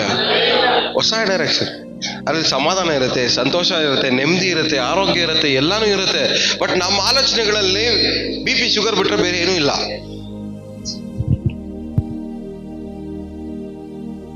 ನಿಮ್ಮ ಮಾರ್ಗದಲ್ಲಿ ಪ್ರೆಷರ್ ಬಿಟ್ರೆ ಬೇರೆ ಏನೂ ಇಲ್ಲ. ಇದೇ ವಾಸ್ತವ. ನಾವು ಆರಿಸ್ಕೊಳ್ಳೋ ಮಾರ್ಗ, ನಾವು ಮಾಡೋ ಆಲೋಚನೆಗಳಲ್ಲಿ ನಮಗೆ ಮೈಕೈ ನೋವು, BP ಶುಗರ್ ಬಿಟ್ರೆ ನಮ್ಗೇನು ಬರಲ್ಲ. ಯಾಕಂದ್ರೆ ನಮ್ಮ ಆಲೋಚನೆಗಳೇ ನಮಗೆ ಪ್ರೆಷರ್ ತರಬಹುದು. ಚಿಂತೆ ಮಾಡ್ಬೇಡ ಅಂತಾರೆ, ಆದ್ರೂ ಏನ್ ಮಾಡ್ತೀವಿ, ಚಿಂತೆ ಮಾಡ್ತೀವಿ. ಇದೇ ನಮ್ಮ ಆಲೋಚನೆ, ಇದೇ ನಮ್ಮ ಮಾರ್ಗ. ಮಾಡಬೇಡ ಅಂದಿದ್ದನ್ನ ಮಾಡೋದೇ ನಮ್ಮ ಕೆಲಸ, ನಮ್ಮ ಮಾರ್ಗ, ಅದು ನಮ್ಮ ರೂಟು, ನಾವು ಆರಿಸ್ಕೊಂಡಿರುವಂತ ಮಾರ್ಗ ಅದು. ಹೋಗ್ಬೇಡ ಅಂದ್ರೆ ಹೋಗೋದು, ಮಾತಾಡಬೇಡ ಅಂದ್ರೆ ಮಾತಾಡೋದು, ಸುಮ್ಮನೆ ಇರೋ ಅಂದ್ರೆ ಸುಮ್ಮನೆ ಇರದೇ ಇರೋದು. ಇದೇ ನಮ್ಮ ಮಾರ್ಗ, ನಾವು ಆರಿಸ್ಕೊಂಡಿರುವಂತ ಮಾರ್ಗ. ಪಕ್ಕದಲ್ಲಿ ಮುಖ ನೋಡ್ಕೊಳ್ಳಿ. ಇವತ್ತಿಂದ ನೀವು ಆರಿಸ್ಕೊಂಡಿರೋ ರೂಟು, ನೀವು ಮಾಡ್ತಾ ಇರುವಂತ ಆಲೋಚನೆಗಳನ್ನ ಪಕ್ಕದಲ್ಲಿಟ್ಟು ದೇವ್ರ ಮಾರ್ಗವನ್ನು ಆರಿಸ್ಕೊಳ್ಳಿ, ದೇವರ ಆಲೋಚನೆಗೆ ಜಾಗ ಕೊಡ್ರಿ, ನಿಮ್ ಜೀವನ ಬದಲಾಗತ್ತೆ. ನೀವು ಯಾವುದೇ ಪರಿಸ್ಥಿತಿಯಲ್ಲಿರ್ರಿ, ನಿಮ್ ಪರಿಸ್ಥಿತಿ ಏನೇ ಆಗಿರ್ಲಿ, ನೀವು ನೀವು ನಿಮ್ಮ ಮೈಂಡಲ್ಲಿ ಓಡ್ತಾ ಇರತ್ತೆ ನೋಡ್ರಿ, ಹಿಂಗೇ ಹೋಗ್ಬೇಕು, ಹಿಂಗೆ ಆಲೋಚನೆ, ಹಿಂಗೆ ನಡಿಬೇಕು, ಈ ತರನೇ ಆಗ್ಬೇಕು. ಅದನ್ನ ಸ್ವಲ್ಪ ಪಕ್ಕದಲ್ಲಿ ಇಟ್ಟು, ದೇವ್ರೆ ನಿನ್ನ ಮಾರ್ಗದಲ್ಲಿ ನನ್ನ ನಡೆಸು, ನಿನ್ನ ಆಲೋಚನೆ ಇವತ್ತು ನನ್ನ ಆಲೋಚನೆ ಆಗಿ ಮಾರ್ಪಡ್ಲಿ, ಈ ವಿಷಯದಲ್ಲಿ ನಿನ್ನ ಮಾರ್ಗ ನನ್ನ ಮಾರ್ಗವಾಗಿ ಮಾರ್ಪಡ್ಲಿ. ಈ ಪರಿಸ್ಥಿತಿ ಇಷ್ಟೊಂದು ಕೆಟ್ಟದಾಗಿದೆ, ಈ ಪರಿಸ್ಥಿತಿ ಇಷ್ಟೊಂದು ಮೋಸವಾಗಿದೆ, ಇಷ್ಟೊಂದು ಸಮಸ್ಯೆಯಿಂದ ಕೂಡಿದೆ, ಇಷ್ಟೊಂದು ಕಣ್ಣೀರಿಂದ ಕೂಡಿದೆ, ಇಷ್ಟೊಂದು ವೇದನೆಯಿಂದ ಕೂಡಿದೆ, ಇಷ್ಟೊಂದು ನೋವಿಂದ ಕೂಡಿದೆ. ನಾನು ಮಾಡಿದೆಲ್ಲ ಮಾಡಿದೆ, ಇವತ್ತು ಈ ಸಿಚುವೇಶನ್ ಅಲ್ಲಿ, ಈ ಪರಿಸ್ಥಿತಿಯಲ್ಲಿ, ಈ ಕಣ್ಣೀರಲ್ಲಿ, ಈ ವೇದನೆಯಲ್ಲಿ, ದೇವರೇ ನಿನ್ನ ಮಾರ್ಗ ನನ್ನ ಮಾರ್ಗವಾಗಿ ಮಾರ್ಪಡ್ಲಿ, ನಿನ್ನ ಆಲೋಚನೆ ನನ್ನ ಆಲೋಚನೆ ಆಗಿ ಮಾರ್ಪಡ್ಲಿ. ಒಂದು ನಿಮಿಷ ನಮ್ದು ಆಲೋಚನೆಗಳನ್ನ ಪಕ್ಕದಲ್ಲಿಟ್ಟು, ನಮ್ಮ ಮಾರ್ಗಗಳನ್ನ ಪಕ್ಕದಲ್ಲಿಟ್ಟು, ನಾವು ಆರಿಸ್ಕೊಂಡ್ರ ಮಾರ್ಗಗಳನ್ನ ಪಕ್ಕದಲ್ಲಿಟ್ಟು, ಒಂದ್ ನಿಮಿಷ ದೇವ್ರ ಮಾರ್ಗನ ಆರಿಸ್ಕೊಂಡು ನಡಿ, ದೇವರ ಆಲೋಚನೆಗಳನ್ನ ಆರಿಸ್ಕೊಂಡು ನಡಿ. ಆ ಮಾರ್ಗದಲ್ಲಿ ಏನಾಗಿದೆ ಅಂತೆ, ಏನಂತೆ, ಆ ಮಾರ್ಗ ದೋಷವಿಲ್ಲದಿರುವ ಮಾರ್ಗವಾಗಿ ದೇವರು ಮಾರ್ಪಡಿಸ್ತಾರೆ. ಹಲ್ಲೆಲೂಯಾ. ಇವತ್ತು ನಾವು ಹೋಗೋ ರೂಟ್ ಎಲ್ಲಾ ಕಡೆನೂ ಏನಿದೆ, ಆ ರೂಟಲ್ಲಿ ಬರೀ ದೋಷಗಳೇ. ಏನ್ ಹೇಳ್ರಿ, ನಮ್ಮ ಲೈಫಲ್ಲಿ ನಾವು ಆರಿಸ್ಕೊಂಡಿರೋ ಮಾರ್ಗಗಳೆಲ್ಲ ಏನಿದೆ, ದೋಷದಿಂದನೇ ತುಂಬಲ್ಪಟ್ಟಿದೆ, ಮೋಸವಾಗಿದೆ, ದೋಷದಿಂದ ತುಂಬಲ್ಪಟ್ಟಿದೆ. ಆದ್ರೆ ಈ ದೋಷದಿಂದ ತುಂಬಲ್ಪಟ್ಟಂತ ಈ ನಮ್ಮ ಮಾರ್ಗವು ಬದಲಾಗಬೇಕು. ಈ ದೋಷದಿಂದ ತುಂಬಲ್ಪಟ್ಟಂತ ಈ ನಮ್ಮ ಆಲೋಚನೆಗಳು ಬದಲಾಗಬೇಕು. ಹಲ್ಲೆಲೂಯಾ. ಈ ದೋಷದಿಂದ ತುಂಬಲ್ಪಟ್ಟಂತ ಈ ಜೀವನಗಳು ಬದಲಾಗಬೇಕು.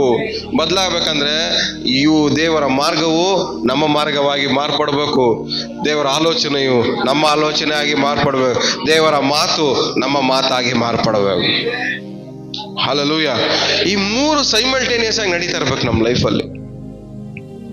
ಅವಾಗಲೇ ನಾವು ದೇವರ ಪ್ರತಿನಿಧಿಯಾಗಿ, ನಾವು ದೇವರು ಏನ್ ಅನ್ಕೊಂತ ಇದ್ರು ಅದ್ರ ಪ್ರಕಾರ ನಾವು ಮಾತಾಡಕ್ ಸಾಧ್ಯ ಆಗತ್ತೆ.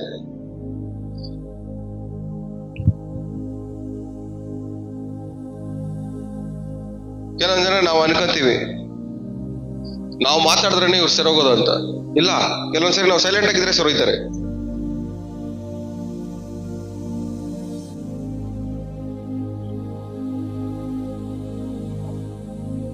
ಪೊಲೀಸರು ಕಳ್ಳನ್ ತಗೊಂಡೋಗಿ ಇಮಿಡಿಯೇಟ್ ಆಗಿ ತಗೊಂಡೋಗಿ ಏನೋ ತಪ್ಪು ಮಾಡಿದೆ, ಏನೋ ಮಾಡಿದೆ ಹೇಳಲ್ಲ. ಅಲ್ಲಿ ತಗೊಂಡೋಗ 4 ಗಂಟೆ 5 ಅವರ್ ಒಳಗಡೆ ಕುಣಿಸ್ಬಿಟ್ಟಿರ್ತಾರೆ.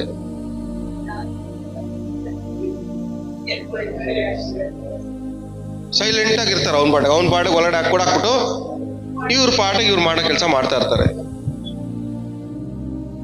ಅರ್ಜೆನ್ಸಿ ಇಲ್ಲಲ್ಲ. ನಮ್ಗೇನ್ ಗೊತ್ತಾ, ತುಂಬಾ ಅರ್ಜೆಂಟ್. ನಾವು ಅನ್ಕೊಂಡಿದ್ದು ನಡೆದ್ ಬಿಡ್ಬೇಕು. ನಮ್ಮ ಆಲೋಚನೆಗಳು ನೆರವೇರಿಲ್ಲ ಅಂದ್ರೆ ನಮಗ್ ವ್ಯಾಲ್ಯೂ ಇಲ್ಲ, ನಮ್ಗೆ ಮರೆಯೋದಿಲ್ಲ. ನಿಮ್ಮ ಆಲೋಚನೆಗಳು ಬದಲಾಗ್ಬೋದಾದ್ರೆ ನೀವು ಬದಲಾಗ್ತೀರಾ?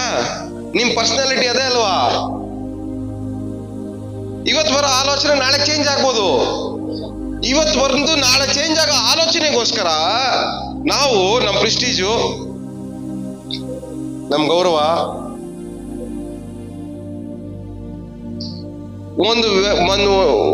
ನಾನು ಹೇಳದ್ ನಿಮ್ಗೆ ಅರ್ಥ ಆಗ್ತಾ ಇಲ್ವಾ? ಇವತ್ತು ಬಂದು ನಾಳೆ ಚೇಂಜ್ ಆಗೋ ಯೋಚನೆಗೋಸ್ಕರ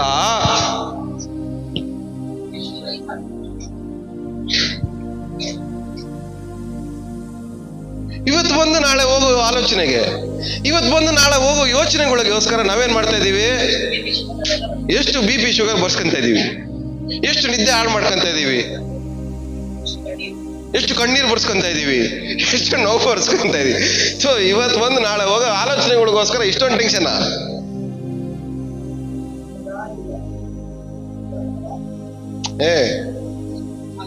ಇವತ್ತು ಬಂದು ನಾಳೆ ಹೋಗೋ ಯೋಚನೆಗಳಿಗೋಸ್ಕರ ಇಷ್ಟೊಂದು ಸಾಹಸ ಮಾಡಿ ತಲೆನೋವು ಬರ್ಸ್ಕೊಂಡು, ಬಾಧೆ ಬರ್ಸ್ಕೊಂಡು, ಅವ್ರನ್ನ ಇವ್ರನ್ನ ಎದುರಾಕೊಂಡು, ಯಾರ ಜೊತೆ ಮಾತಾಡಿದ್ರೆ ನಮ್ಮ ಪಾಟಿಗೆ ಒಂಥರ ನೋವು ಒಳಗಡೆ, ಬಾಧೆ ಒಳಗಡೆ, ಊಟ ಬಿಟ್ಬಿಟ್ಟು ನಿದ್ದೆ ಹಾಳು ಮಾಡ್ಕೊಂಡು, ಇದೆಲ್ಲ ಬೇಕಾ? ಎಲ್ಲ ಏನಕ್ಕೋಸ್ಕರ? ಇವತ್ತು ಬಂದು ನಾಳೆ ಚೇಂಜ್ ಆಗೋ ಯೋಚನೆಗೋಸ್ಕರ.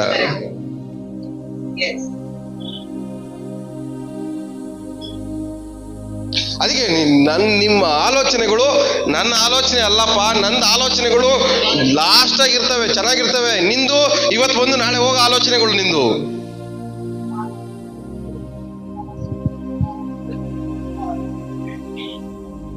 ಅದು ಸ್ಟೇಬಲ್ ಆಗಿ ನಿಂತ್ಕೊಳ್ಳಲ್ಲ ನಿಂದು. ಉಳ್ಸಿದ್ರೆ ಹಿಂಗ್ ಉಳ್ದೋಗ್ತಿದೆ. ಇವಾಗ ಒಂದು ಆಲೋಚನೆ ಮಾಡ್ತಾ ಇರ್ತೀವಿ, ಒಬ್ರು ಹೇಳಿದನ್ನ ಕೇಳಿಸ್ಕೊಂಡು ಆಲೋಚನೆ ಮಾಡ್ತಾ ಇರ್ತೀವಿ, ಇನ್ನೊಬ್ರು ಹೇಳಿದನ್ನ ಕೇಳಿಸ್ಕೊಂಡು ಇದನ್ನ ಉಳಿಸ್ಬಿಡ್ತೀವಿ, ಇದನ್ನ ನಿಲ್ಸ್ಕೊಂಡ್ಬಿಡ್ತೀವಿ. ನಮ್ಮ ಆಲೋಚನೆಗಳು ಏನಿಲ್ಲ, ಸ್ಟೇಬಲ್ ಆಗಿಲ್ಲ. ಪಕ್ಕದಲ್ಲಿ ಮುಖ ನೋಡ್ಕೊಂಡು ಹೇಳ್ರಿ, ಗಟ್ಟಿಯಾಗಿ ಹೇಳ್ರಿ, ಅವ್ರಿಗೆ ಅರ್ಥ ಆಗೋ ತರ ಹೇಳ್ರಿ. ಇವತ್ತು ಬಂದು ನಾಳೆ ಹೋಗೋ ಆಲೋಚನೆಗಳಿಗೋಸ್ಕರ ನಿಮ್ಮ ಸುತ್ತಲೂ ಇರೋ ಪರಿಸ್ಥಿತಿಯನ್ನು ಹಾಳು ಮಾಡ್ಕೊಂಬೇಡ್ರಿ ಅಂತ.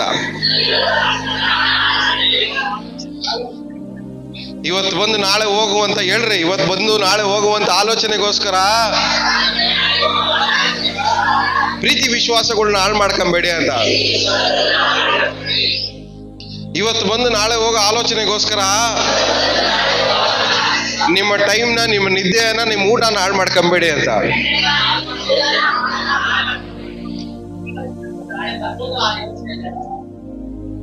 ಇದೆಲ್ಲ ಟೆನ್ಷನ್ ಎಲ್ಲ ಏನಕ್ಕೆ? ಇವತ್ತು ಬಂದು ನಾಳೆ ಹೋಗೋ ಯೋಚನೆಗಳಿಗೆ ಇಷ್ಟೊಂದು ಟೆನ್ಷನ್ ನಾವು ತಗೊಳ್ತಾ ಇರೋದು.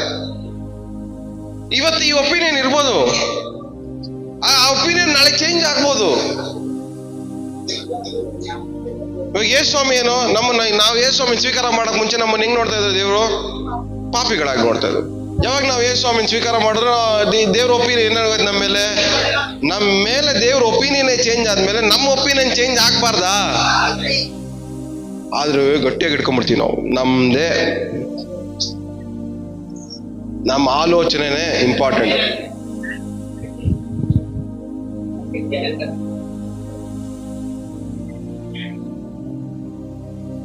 ಯಾವಾಗ ದೇವ್ರ ಸ್ವರ ನಮ್ಗೆ ಅರ್ಥ ಆಗತ್ತೆ, ನಾವು ದೇವ್ರ ಆಲೋಚನೆ ಅರ್ಥ ಮಾಡ್ಕೊಂಡಾಗ ದೇವ್ರ ಸ್ವರ ನಮಗೆ ಅರ್ಥ ಆಗತ್ತೆ.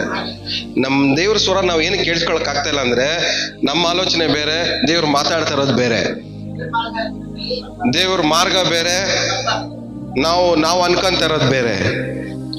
ಸ್ವಲ್ಪ ದೇವ್ರ ರೂಟಲ್ಲಿ ಹೋಗ್ರಿ, ದೇವ್ರ ರೂಟಲ್ಲಿ ಹೋಗಕ್ ಪ್ರಯತ್ನ ಪಡ್ರಿ. ದೇವ್ರ ಆಲೋಚನೆ ಏನ್, ದೇವ್ರು ಏನ್ ಯೋಚನೆ ಮಾಡ್ತಾ ಇದಾರೆ ಅನ್ನೋದು ಸ್ವಲ್ಪ ಮೈಂಡಲ್ಲಿ, ನಿಮ್ಮ ಮೈಂಡಲ್ಲಿ ಹಾಕೊಳಕ್ ಪ್ರಯತ್ನ ಪಡ್ರಿ. ದೇವರ ಆಲೋಚನೆಗಳಿಗೆ ಸ್ವಲ್ಪ ನೀವು ಒಳಪಡ್ರಿ. ಅವಾಗ ದೇವರ ಸ್ವರ ನಿಮಗೆ ಕೇಳಿಸಲ್ಪಡುತ್ತೆ. ಅದೊಂಥರ ಫ್ರೀಕ್ವೆನ್ಸಿ ಇದ್ದಂಗೆ. ಹಳೆ ಕಾಲದ ರೇಡಿಯೋಗಳಿತ್ತು ನೋಡ್ರಿ, ಕುಯ್ ಕುಯ್ ಕುಯ್ ಅಂತ ಲೈನ್ಗಳಿತ್ತು ನೋಡ್ರಿ, ತಿರ್ಸ್ಬೇಕು ಹಿಂಗ್ ಲೈನು. ಹಿಂಗ್ ಹೋದಾಗ ಎಲ್ಲಿ ಕರೆಕ್ಟಾಗಿ ಆ ಲೈನ್ ನಿಂತ್ಕೊಳತ್ತೋ ಅಲ್ಲೇನು ಹೋಗುತ್ತೆ. ಅದೇ ತರನೇ ಇದು ಹಂಗೇನೆ. ನಮ್ಮ ಲೈಫ್ ಏನಾಗ್ಬೇಕು? ದೇವ್ರ ರೂಟಲ್ಲಿ ನಿಂತ್ಕೊಬೇಕು, ದೇವ್ರ ಆಲೋಚನೆಯಲ್ಲಿ ನಿಂತ್ಕೊಂಡಾಗ ನಮ್ಮ ಬಾಯಿಂದ ದೇವ್ರು ಅನ್ಕೊಂಡಿದ್ದೆಲ್ಲ ನಮ್ಮ ಬಾಯಿಂದ ಬರಕ್ ಸ್ಟಾರ್ಟ್ ಆಗೋದು. ಹಲ್ಲೆಲೂಯ. ದೇವ್ರು ಅನ್ಕೊಂಡಿದ್ದೆಲ್ಲ ನಮ್ಮ ಬಾಯಲ್ಲಿ ಬರ್ಬೇಕಂದ್ರೆ ದೇವ್ರ ರೂಟಲ್ಲಿ ನಾವು ನಿಂತ್ಕೊಬೇಕು. ದೇವ್ರ ಆಲೋಚನೆಯಲ್ಲಿ ನಾವು ನಿಂತ್ಕೊಂಡಾಗ ನಮ್ಮ ಬಾಯಲ್ಲಿ ದೇವ್ರು ಅನ್ಕೊಂಡಿದ್ದೆಲ್ಲ ನಮ್ಮ ಬಾಯಿಂದ ಬರಕ್ ಸ್ಟಾರ್ಟ್ ಆಗುತ್ತೆ.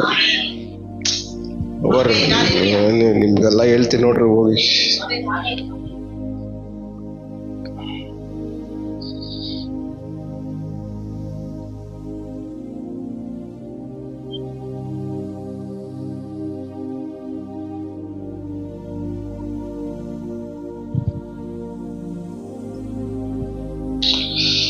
ಯೇಸುವೇ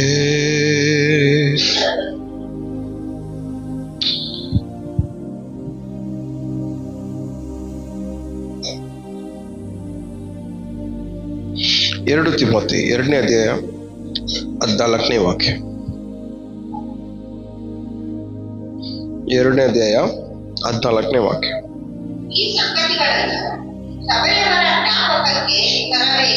ಈ ಸಂಗತಿಗಳನ್ನ ಸಭೆಯವರ ಜ್ಞಾಪಕಕ್ಕೆ ತರಬೇಕು. ಏನದು?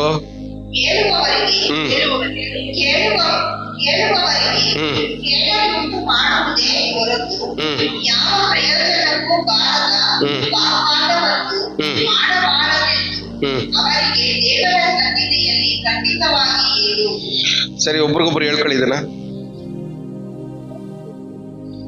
ಈ ವಾಕ್ಯವನ್ನ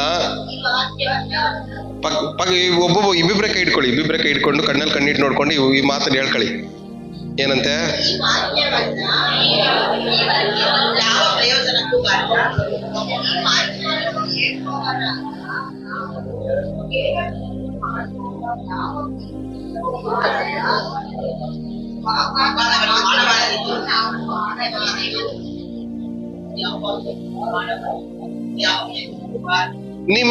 ನಿಮ್ ಬಾಯಿಂದ ಬರೋದು ಮಾತು, ಕೇಡನ್ನು ಉಂಟು ಮಾಡೋ ಮಾತು ನಿಮ್ ಬಾಯಿಂದ ಬರಬಾರ್ದು.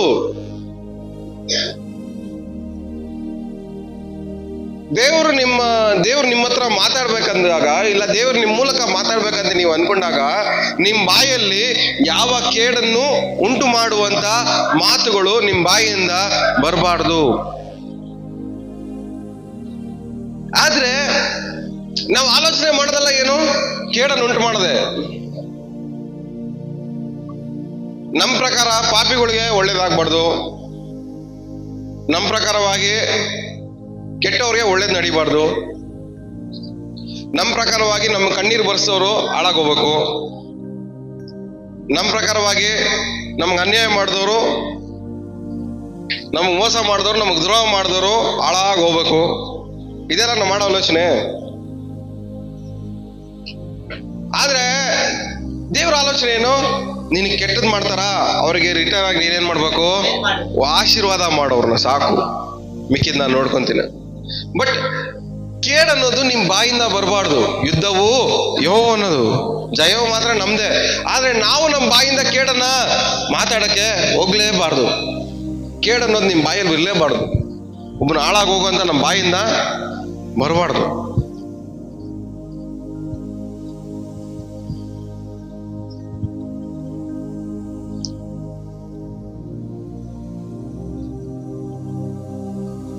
ಎಷ್ಟು ಜನ ತಲೆಗೆ ಹೋಗ್ತಾ ಇದೆ? ಕುತ್ಕೊಂಡಾಗು ಮಲ್ಕೊಂಡಾಗ ನಮ್ಮ ಬಾಯಿಂದ ಏನ್ ಬರ್ತಾವ ಹೇಳ್ರಿ? ಬರೀ ಕೆಟ್ಟದಾಗೋ ವಿಷಯನೇ ಮಾತಾಡೋದು ನಾವು ಜಾಸ್ತಿ. ಈ ಕೆಟ್ಟದಾಗೋ ವಿಷಯ ಮಾತಾಡೋ ಬಾಯಲ್ಲಿ ದೇವ್ರು ಹೆಂಗ್ ಮಾತಾಡಕ್ಕಾಗತ್ತೆ ಹೇಳ್ರಿ? ಹೆಂಗಾಗತ್ತೆ ಹೇಳ್ರಿ? ಬಾಯಿ ತೆಗೆದ್ರೆ ಕೇಡನ್ನ ಮಾತಾಡುವಂತ ಈ ಬಾಯಿಯ ಮೂಲಕವಾಗಿ ದೇವ್ರು ಹೆಂಗ್ ಮಾತಾಡಕ್ಕಾಗತ್ತೆ ಹೇಳ್ರಿ? ಮಾತಾಡ್ರಿ, ಕೇಳಿಸ್ಕೊಳ್ರಿ. ಎಲ್ಲ ಇಲ್ಲ ಇದ್ದೀರಾ? ತಲೆಗೆ ಹೋಗ್ತಾ ಇದೆಯಾ? ಆ ವಾಕ್ಯ ಏನನ್ಸರಿ ಓದಿ ಎಲ್ಲರಿಗೂ.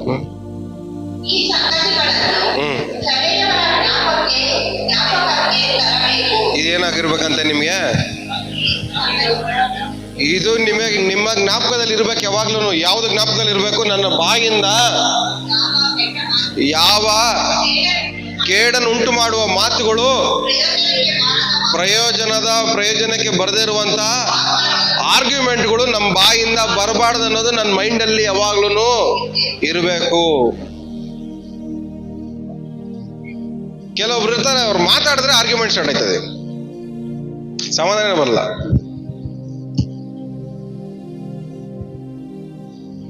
ಕೇಡನ್ನು ಉಂಟು ಮಾಡುವಂತ ಮಾತು. ಎರಡನೇದು, ವಾಗ್ವಾದವನ್ನ, ಯಾವ ಪ್ರಯೋಜನಕ್ಕೂ ಬರದ ವಾಗ್ವಾದವನ್ನು ಮಾಡಬಾರದು. ಈ ಎರಡು ಮಾಡೋವನ್ನ ದೇವರು ಉಪಯೋಗ ಮಾಡಕ್ಕೆ ಆಗಲ್ಲ. ಅವನ ಬಾಯಿಂದ ದೇವ್ರು ಮಾತಾಡಕ್ಕೆ ಆಗಲ್ಲ. ಈ ಎರಡರಲ್ಲಿ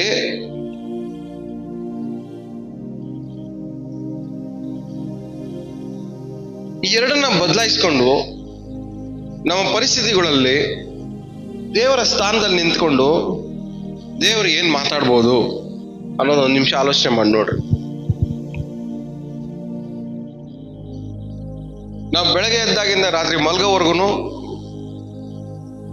ನಮ್ಮ ಬಾಯಿಂದ ಬರೋದೆಲ್ಲ ಕೇಡ್ ಮಾತುಗಳೇ, ವೇಸ್ಟ್ ಆಗಿರುವಂತ ಆರ್ಗ್ಯುಮೆಂಟ್ ಮಾಡುವ ಮಾತುಗಳೇ. ಸುಮ್ಮನೆ ಟೀ ಕುಡಿಯೋ ಕಾಫಿ ಕುಡಿಯಕ್ಕೆ ನಿಂತಿರ್ತಾರೆ, ಅವ್ರ ಹಂಗಂತೆ ಅಂತಾರೆ ಅಂತೆ.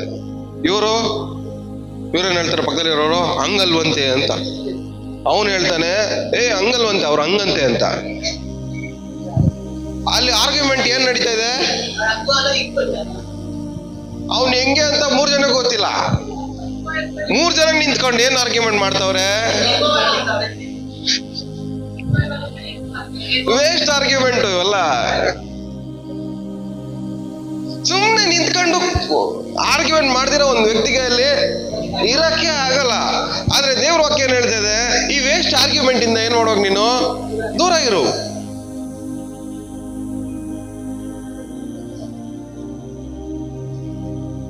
ಯಾರ ನನ್ನ ಪಕ್ಕದಲ್ಲಿ ಕೂತ್ಕೊಂಡು ಹಿಂಗೆ ಆರ್ಗ್ಯುಮೆಂಟ್ ಮಾಡ್ತಾ ಇದ್ರೆ ಅನ್ಕೊಳ್ಳಿ, ಅವ್ರಿಗೆ ಬಾಯಿ ಮುಚ್ಚು ಅಂತೀನಿ, ಇಲ್ಲ ನಾನು ಎದ್ದು ಹೋಯ್ತೀನಿ.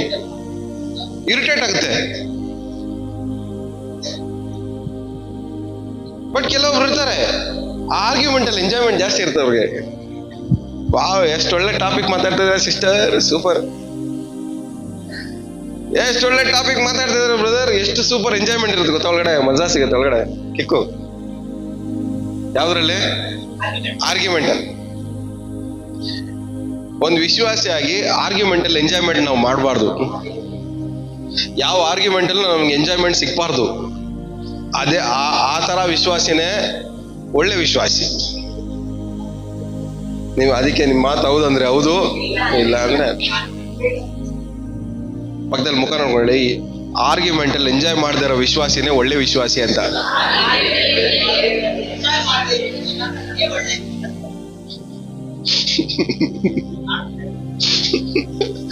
ಆರ್ಗ್ಯುಮೆಂಟ್ ಅಲ್ಲಿ ಎಂಜಾಯ್ ಮಾಡದೇ ಇರೋ ವಿಶ್ವಾಸಿನೇ ಒಳ್ಳೆ ವಿಶ್ವಾಸಿ. ಆದ್ರೆ ಇಲ್ಲಿವರೆಗೂ ನಾವೇನ್ ಮಾಡ್ತಾ ಇದೀವಿ? ಆರ್ಗ್ಯುಮೆಂಟ್ ಮಾಡ್ತೀವಿ, ಇಲ್ಲ ಆರ್ಗ್ಯುಮೆಂಟ್ ಮಾಡೋದನ್ನ ಎಂಜಾಯ್ ಮಾಡ್ತಾ ಇರ್ತೀವಿ.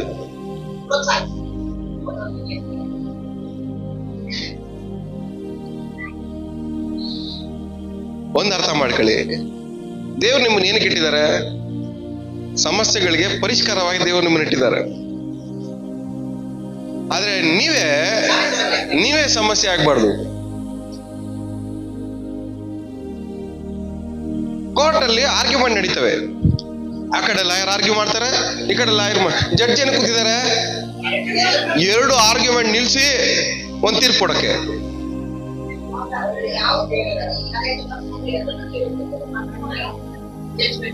ಅಲ್ವಾ?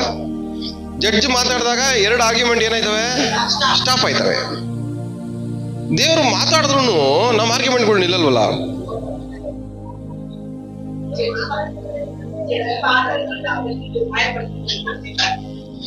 ಅಲ್ಲಿ ಜಡ್ಜ್ ಹೇಳ್ತಾರೆ, ಆರ್ಡರ್ ಆರ್ಡರ್ ಆರ್ಡರ್, ಸೈಲೆಂಟ್ ಆಗಿರು, ಮಾತಾಡ್ಬೇಡ, ಭಯ ಪಡ್ಬೇಡ, ಸೈಲೆಂಟ್ ಆಗಿರು ಅಂದ್ರೆ ನಾವು ಇಲ್ಲ ಇವ್ರ ಆನರ್, ಇಲ್ಲ ಇವ್ರ ಆನರ್, ಇಲ್ಲ ಇವ್ರ ನಮ್ಮ ಪಡ ನಾವು ಬಡ್ಕಂತಾನೆ ಇರ್ತೀವಿ.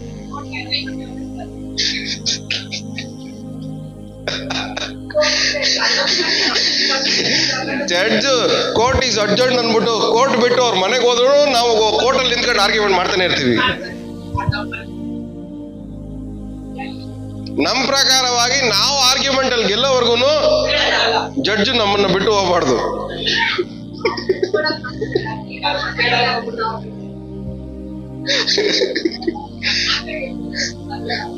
ಪಕ್ಕದಲ್ಲಿ ಮುಖ ನೋಡ್ಕೊಳ್ಳಿ, ನಿಮ್ಮ ಆರ್ಗ್ಯುಮೆಂಟ್ ಗೆಲ್ಲೋದು ಇಂಪಾರ್ಟೆಂಟಾ ಇಲ್ಲ ನಿಮ್ ಸಮಸ್ಯೆಗೆ ಪರಿಷ್ಕಾರ ಸಿಗೋದು ಇಂಪಾರ್ಟೆಂಟಾ ಅಂತ.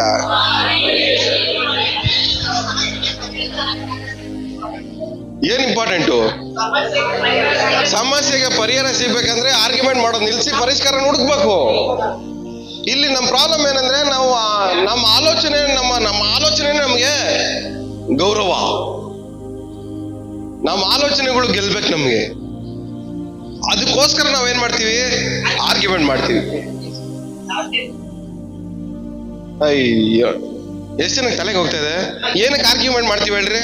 ನಮ್ಮ ಆಲೋಚನೆಗಳು ಗೆಲ್ಲಕ್ತಾನೆ ನಾವು ಆರ್ಗ್ಯುಮೆಂಟ್ ಮಾಡೋದು. ಬೇರೆ ಏನಾದ್ರು ಇದೆಯಾ ಅದ್ರಲ್ಲಿ ಸೀಕ್ರೆಟು? ನಾನು ಇಷ್ಟು ವರ್ಷದಲ್ಲಿ ಕಂಡಿಡ್ಕೊಂಡಿರೋ ಸೀಕ್ರೆಟ್ ಇದಾನೆ.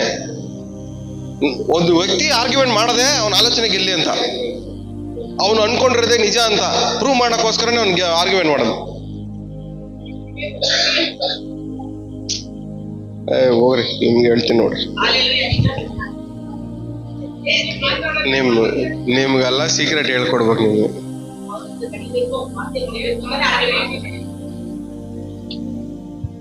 ಆರ್ಗ್ಯುಮೆಂಟ್ ನಡೆಯೋದೆ ನಮ್ಮ ಆಲೋಚನೆ ಗೆಲ್ಬೇಕಂತ ಅಷ್ಟೇ, ಬೇರೆ ಏನಿಲ್ಲ ಅದರಲ್ಲಿ ಏನಿಲ್ಲ. ಬದನೆಕಾಯಿ ಸೆಂಟ್ರಲ್ ಒಳಗಡೆ ಏನಿಲ್ಲ, ಟೊಳ್ಳೆ ಒಳಗಡೆ ಇರೋದು.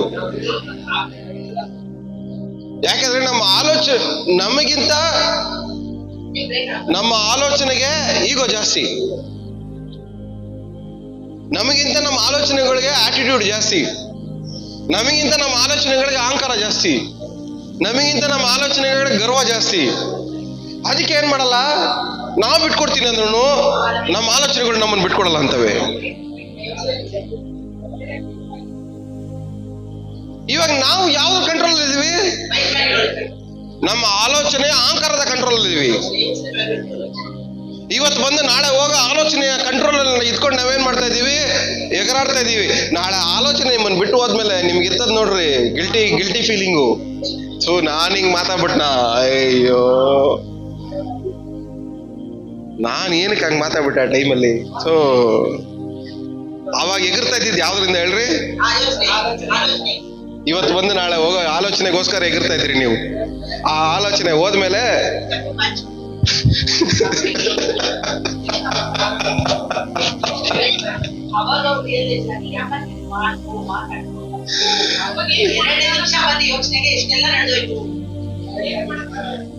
ಇವಾಗ ಚೆನ್ನಾಗ್ ಆಗ್ಬೇಕಂದ್ರೆ ಇವತ್ ಬಂದು ನಾಳೆ ಹೋಗೋ ಆಲೋಚನೆಗಳಿಗೆ ನಾವೇನ್ ಮಾಡ್ಬಾರ್ದು? ಒಳಗಾಗಬಾರ್ದು. ಇವತ್ ಬಂದು ನಾಳೆ ಹೋಗೋ ಆಲೋಚನೆಗೆ ಬದಲಾಗಿ ದೇವರ ಮಾತಿಗೆ ನಾವು ಒಳಪಡ್ಬೇಕಾದ್ರೆ, ಸದಾ ಶಾಶ್ವತವಾಗಿ ಸದಾ ಕಾಲವಾಗಿ ಇರುವಂತ ದೇವರ ಮಾತಿಗೆ ನಾವು ಒಳಪಡ್ಬೇಕಾದ್ರೆ ನಿಮ್ ಪರಿಸ್ಥಿತಿಗಳು ಬದಲಾಗಲ್ಲ. ನಮ್ಮ ಪರಿಸ್ಥಿತಿಗಳು ಬದಲಾಗ್ತಾ ಇರೋದೇ ಇವತ್ತು ಬಂದು ನಾಳೆ ಹೋಗೋ ಆಲೋಚನೆಗಳಿಗೆ ನಾವು ಒಳಪಡ್ತಾ ಇರೋದ್ರಿಂದಾನೇ. ಇವತ್ತು ಹಿಂಗಿರುತ್ತೆ, ನಾಳೆ ಹಂಗಿರುತ್ತೆ, ನಾಡಿದ್ದು ಹೆಂಗಿರುತ್ತೆ ಏನು ಅರ್ಥ ಆಗ್ತಾ ಇಲ್ಲ. ಎಷ್ಟು ಜನಕ್ಕೆ ಅರ್ಥ ಆಗ್ತದೆ? ಪಕ್ಕದಲ್ಲಿ ಕೈ ಕೊಟ್ಟು ಹೇಳಿ, ಮುಖ ನೋಡೋಣ. ಇವತ್ತು ಬಂದು ನಾಳೆ ಹೋಗೋ ಆಲೋಚನೆಗಳಿಗೆ ಒಳಪಡ್ಬೇಡ್ರಿ, ದೇವರ ಮಾತಿಗೆ ಒಳಪಡ್ರಿ. ಕೋಪ ಬರುತ್ತೆ, ಆದ್ರೆ ಅದಕ್ಕೆ ಒಳಪಡಬಾರ್ದು. ಆ ಕೋಪದ ಆಲೋಚನೆಗಳಿಗೆ ನಾವೇನಾಗಬಾರ್ದು? ಒಳಪಡಬಾರ್ದು. ಯಾರೋ ನಮ್ಗೆ ಅವಮಾನ ಪಡಿಸ್ತಾರೆ, ಆ ಅವಮಾನದ ಮಾತುಗಳಿಗೆ ಆಲೋಚನೆಗಳಿಗೆ ನಾವೇನಾಗಬಾರ್ದು? ಒಳಪಡಬಾರ್ದು. ಯಾರೋ ನಮಗೆ ಸಿಟ್ಟು ಬರೆಸ್ತಾರೆ, ಆ ಸಿಟ್ಟಿನ ಆಲೋಚನೆಗಳಿಗೆ ನಾವೇನಾಗಬಾರ್ದು? ಒಳಪಡಬಾರ್ದು. ಯಾರೋ ನಮ್ಮ ಬಗ್ಗೆ ಕೆಟ್ಟದ್ದು ಮಾತಾಡ್ತಾರೆ, ಆ ಕೆಟ್ಟ ಮಾತಿನ ಆಲೋಚನೆಗಳಿಗೆ ನಾವೇನಾಗಬಾರ್ದು? ಒಳಪಡಬಾರ್ದು.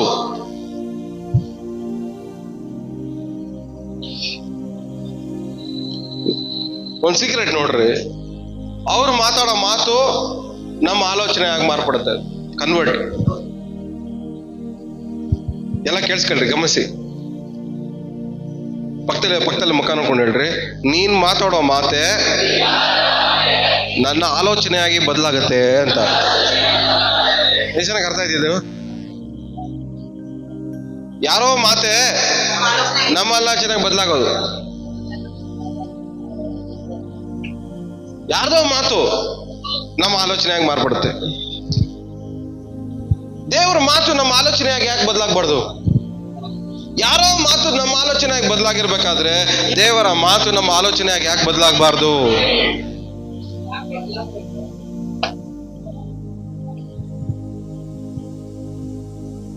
ಯಾರೋ ಚೆನ್ನಾಗಿದ್ರು ಇವ್ರು, ಮೊನ್ನೆವರೆಗೂ ಬ್ರದರು ಯಾರೋ ಕಿವಿಯಲ್ಲಿ ಊದ್ಬಿಟ್ಟವ್ರೆ. ಅವಾಗ ಊದ್ದಾಗಿಂದ ಏನಾಗ್ಬಿಟ್ಟವ್ರು ಇವರು?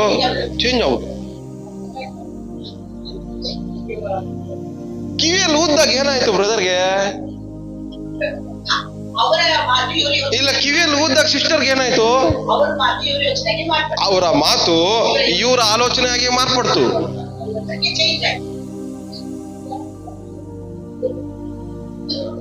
ಹೇಳ್ರಿ ಪಕ್ಕದವ್ರಿಗೆ ಮುಖ ನೋಡ್ಕೊಂಡು ಹೇಳ್ರಿ, ಸಿಸ್ಟರ್ ಹಂಗಲ್ಲ ಸಿಸ್ಟರ್, ನಾನ್ ನಿಮ್ ಕಿವಿಯಲ್ಲಿ ಊದಿದ್ರೆ ನನ್ನ ಮಾತು ನಿಮ್ಮ ಆಲೋಚನೆ ಬದಲಾಗತ್ತೆ. ಅದಕ್ಕೆ ಏನ್ ಮಾಡ್ಬೇಡ್ರಿ,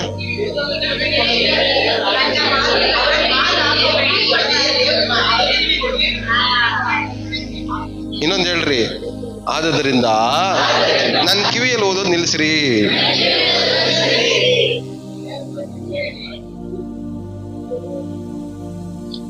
ನಾವು ಯಾವ್ದು ಕಿವಿ ಕೊಡ್ತಾ ಇದೀವಿ?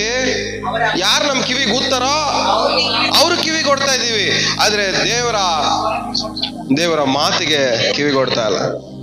ಇವತ್ತಿಂದ ದೇವರ ಮಾತು ನಮ್ಮ ಆಲೋಚನೆ ಆಗಿ ಬದಲಾಗಲಿ. ಹಲ್ಲೆಲೂಯ. ದೇವರ ಮಾತೆ ನಮ್ಮ ಆಲೋಚನೆಗಳಾಗಿ ಬದಲಾಗಲಿ.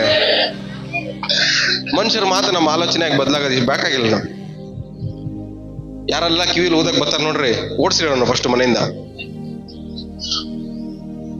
ಸಿಸ್ಟರ್ ಅವ್ರು ಹಂಗಂತೆ, ಓಡಿಸ್ರಿ ಫಸ್ಟ್ ಅವ್ರನ್ನ, ಅವರಿಂದಾನೇ ಹಾಳಾಯ್ತಿರೋದೆಲ್ಲನು. ಈ ಕಿವಿಯಲ್ಲಿ ಊದೋರು ಇದಾರೆ ನೋಡ್ರಿ, ಭಾರಿ ಡೇಂಜರ್. ಯಾಕೆಂದ್ರೆ ಈ ಕಿವಿಯಲ್ಲಿ ಊದೋದ್ರಿಂದ ಏನಾಗುತ್ತೆ ಗೊತ್ತಾ, ದೇವರ ಆಲೋಚನೆನೇ ಚೇಂಜ್ ಆಗೋಯ್ತದೆ ಅವ್ರ ಲೈಫಲ್ಲಿ.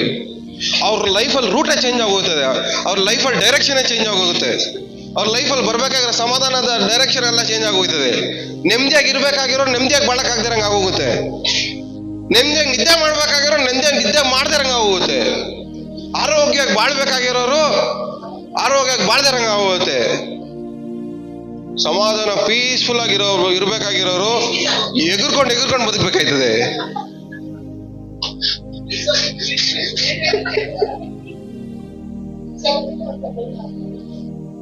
ಇದೆಲ್ಲ ಯಾವ್ದ್ರ ಎಫೆಕ್ಟ್ ಹೇಳಿ? ಕಿವಿ ಊದೋದ್ರ ಎಫೆಕ್ಟ್.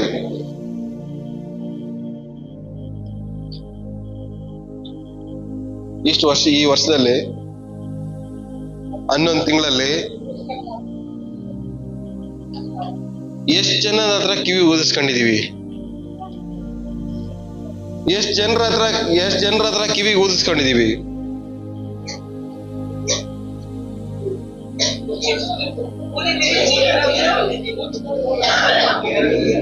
ನೀವು ಪ್ರತಿ ಸಾರಿ ಒಬ್ಬರು ಕಿವಿಲಿ ಊದ್ದಾಗಲ್ಲ ಅವ್ರ ಲೈಫ್ ಚೇಂಜ್ ಮಾಡ್ತಾ ಇದ್ದೀರ ನೀವು. ನಿಮ್ಮಿಂದ ಒಬ್ರು ಸಮಾಧಾನ ಹಾಳಾಗಿದೆ, ನಿಮ್ಮಿಂದ ಒಬ್ರು ನೆಮ್ಮದಿ ಹಾಳಾಗಿದೆ. ನೀವು ಕಿವಿ ಊದಿದ್ರಿಂದ ಒಬ್ಬರ ನಿದ್ದೆ ಹಾಳಾಗಿದೆ. ನೀವು ಕಿವಿ ಊದಿರೋದ್ರಿಂದ ಒಬ್ಬರು ಹೊಟ್ಟೆಗೆ ಊಟ ಸೇರ್ದಂಗಾಗಿದೆ. ನೀವು ಒಬ್ರು ಕಿವಿ ಊದಿರೋದ್ರಿಂದ ಅವ್ರ ಪೇಷಂಟ್ ಆಗ್ಬಿಡೋರೆ. ನೀವು ಒಬ್ಬರಲ್ಲಿ ಕಿವಿ ಊದಿರೋದ್ರಿಂದಾನೇ ಅವ್ರು ನಗ್ನಗ್ತಾ ಬದುಕಾಗ್ದಿರಂಗ ಆಗೋಗಿದೆ. ನೀವು ಕಿವಿ ಊದಿರೋದ್ರಿಂದ ಅವ್ರ ಸಭೆಗೆ ಬರ್ದಿರಂಗ ಆಗೋಗಿದೆ. ನೀವು ಕಿವಿ ಊದಿರೋದ್ರಿಂದ ಅವ್ರು ಪ್ರೇಯರ್ ಮಾಡ್ದಿರಂಗ ಆಗೋಗಿದೆ. ನೀವು ಕಿವಿ ಊದಿರೋದ್ರಿಂದ ಅವ್ರಿಗೆ ಯಾರಿಗೂ ಮುಖ ತೋರಿಸ್ದಿರಂಗ ಆಗೋಗಿದೆ. ಇದೆಲ್ಲ ಯಾವ್ದ್ರಿಂದ?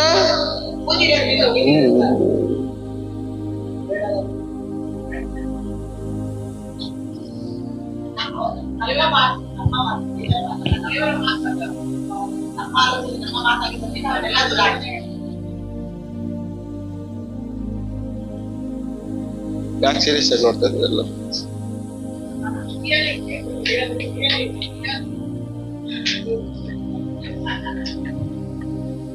ಇದೆಲ್ಲ ಏನು? ಇವತ್ತು ಬಂದು ನಾಳೆ ಹೋಗುವಂತ ಆಲೋಚನೆಗಳಿಗೋಸ್ಕರ ಇಷ್ಟೊಂದೆಲ್ಲ ಸರ್ಕಸ್.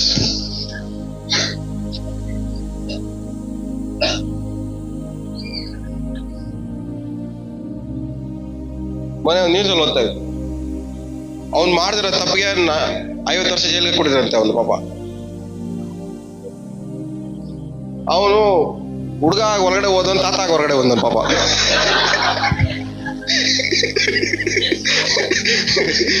ತಾತ ಹೊರಗಡೆ ಬಂದು ಇವಾಗ ಜಡ್ಜ್ ಹೇಳ್ತವ್ರೆ ಇವನ್ ಮಾಡಿದಿರೋ ತಪ್ಪಿಗೋಸ್ಕರ 50 ವರ್ಷ ಅನ್ಭವಿಸ್ಕೊಂಡ್ ಬಂದವನೆ ಅಂತ. ನಾವು ಮಾಡಿದಿರೋ ತಪ್ಪಿಗೆ ನಾವು ಅನ್ಭವಿಸೋದು ಏನಕ್ಕೆ ಅಂದ್ರೆ ಯಾರೋ ಒಬ್ರು ಕಿವಿ ಊದ್ಬಿಟ್ಟವ್ರೆ.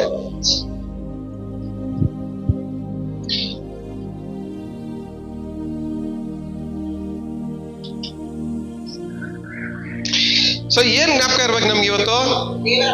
ದೇವರ ಮಾರ್ಗವು ದೋಷವಿಲ್ಲದ್ದು.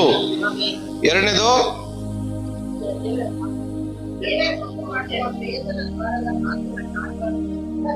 ಪ್ರಯೋಜನಕ್ಕೆ ಬರದೇ ಇರುವಂತ,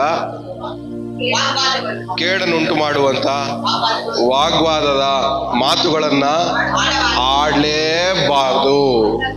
ಇದು ಯಾರ ಮಾತು? ಎಲ್ಲ ಹೇಳಿ, ಯಾವ ಮಾತಿದು? ಇವತ್ತಿಂದ ಯಾರು ಇದನ್ನ ಯಾರ್ಯಾರೆಲ್ಲ ಫಾಲೋ ಮಾಡ್ಬೇಕು? ಯಾರ್ಯಾರೆಲ್ಲ ಫಾಲೋ ಮಾಡ್ಬೇಕು? ಇದನ್ನ ಯಾರ್ಯಾರು ಫಾಲೋ ಮಾಡ್ಬೇಕು? ಎಲೆ ಕಿವಿಯಲ್ಲಿ ಊದುವವರೇ, ಊದಿಸ್ಕೊಳ್ಳುವವರೇ, ಇದೆಲ್ಲ ನಿಮ್ಮ ಗಮನಕ್ಕೆ ಬರಲಿ. ಇದೆಲ್ಲ ಮಾಡುವವರಿಗೆ ಒಂದು ನಿರ್ದಿಷ್ಟ ಸೂಚನೆ. ಇಂದಿನಿಂದ ನಿಮ್ಮ ಬಾಯಿಗಳಲ್ಲಿ ಕೇಡನ್ನುಂಟು ಮಾಡುವಂತ, ಪ್ರಯೋಜನಕ್ಕೆ ಬಾರದ ಮಾತನ್ನ, ವಿವಾದವನ್ನ ಉಂಟು ಮಾಡುವ ಮಾತನ್ನ ಮಾಡಬಾರದೆಂದು ಆದೇಶಿಸುತ್ತೇವೆ. ಈ ಆದೇಶಕ್ಕೆ ಎಷ್ಟು ಜನ ಒಳಪಡ್ತೀರಾ ಎಂಬುದಾಗಿ ಕಾಣುವವರಾಗಿದ್ದೇವೆ. ಎಷ್ಟು ಜನ ಈ ಆದೇಶಕ್ಕೆ ಒಳಪಡ್ತೀರಾ? ಕಿವಿಯಲ್ಲಿ ಊದಲ್ಲ, ಕಿವಿಯಲ್ಲಿ ಊದಿಸ್ಕೊಳ್ಳಲ್ಲ. ನನ್ನ ಆಲೋಚನೆಗಿಂತ ಹೆಚ್ಚಾಗಿ ದೇವರ ಆಲೋಚನೆನೇ ನನಗೆ ಪ್ರಾಮುಖ್ಯ. ಹಲ್ಲೆಲೂಯಾ. ಇಲ್ಲಿವರೆಗೂ ನಾವು ಸಮಾಧಾನ ಹಾಳು ಮಾಡ್ಕೊಂಡದಲ್ಲ ಒಂದೇ. ಇವತ್ತು ಬಂದು ನಾಳೆ ಹೋಗೋ ಆಲೋಚನೆಗಳಿಗೆ ಒಳಪಟ್ಟು ನಮ್ಮ ಸಮಾಧಾನ, ನೆಮ್ಮದಿ, ಆರೋಗ್ಯ, ನಿದ್ದೆ ಎಲ್ಲದನ್ನು ಏನ್ ಮಾಡ್ತಾ ಇದೀವಿ? ಹಾಳು ಮಾಡ್ಕೊಂಡ್ಬಿಟ್ಟಿದೀವಿ. ಇವತ್ತಿಂದ ನಾವು ಹಾಳು ಮಾಡ್ಕೊಳ್ಳೋದು ಯಾವುದನ್ನು ಬೇಕಾಗಿಲ್ಲ. ಹಲ್ಲೆಲೂಯಾ. ಕೋಪದ ಆಲೋಚನೆ ಇವತ್ತು ಬರುತ್ತೆ, ನಾಳೆ ಹೋಗುತ್ತೆ. ದ್ವೇಷದ ಆಲೋಚನೆ ಇವತ್ತು ಬರುತ್ತೆ, ನಾಳೆ ಹೋಗುತ್ತೆ. ಹೊಟ್ಟೆ ಕಿಚ್ಚಿನ ಆಲೋಚನೆ ಇವತ್ತು ಬರುತ್ತೆ, ನಾಳೆ ಹೋಗುತ್ತೆ. ಸಿಟ್ಟಿನ ಆಲೋಚನೆ ಇವತ್ತು ಬರುತ್ತೆ, ನಾಳೆ ಹೋಗುತ್ತೆ. ಪಾಪದ ಆಲೋಚನೆ ಇವತ್ತು ಬರುತ್ತೆ, ನಾಳೆ ಹೋಗುತ್ತೆ. ಆದರೆ ದೇವರ ಆಲೋಚನೆ ಸದಾ ಕಾಲವು ನಿರಂತರವಾಗಿ ನಮ್ಮ ಜೀವನದಲ್ಲಿ ಉಳ್ಕೊಂಡಿರೋದೆ. ಹಲ್ಲೆಲೂಯಾ. ಎಷ್ಟು ಜನ ನಂಬ್ತಾ ಇದ್ದೀರಾ? ಸದಾ ಕಾಲವು ಇರುವಂತ ದೇವರ ಮಾತೆ ನಮ್ಮ ಆಲೋಚನೆಗಳಿಗೆ ಇವತ್ತಿಂದ ಬದಲಾಗಲಿ. ಹಲ್ಲೆಲೂಯಾ. ದೇವರ ಮಾತು ನಮ್ಮ ಆಲೋಚನೆಯಾಗಿ ಬದಲಾಗಲಿ. ದೇವರ ಮಾತೆ ನಮ್ಮ ಆಲೋಚನೆಯಾಗಿ ಬದಲಾಗಲಿ. ದೇವರ ಮಾತೆ ನಮ್ಮ ಆಲೋಚನೆಯಾಗಿ ಬದಲಾಗಲಿ. ದೇವರ ಮಾತೆ ನಮ್ಮ ಆಲೋಚನೆಯಾಗಿ ಬದಲಾಗಲಿ.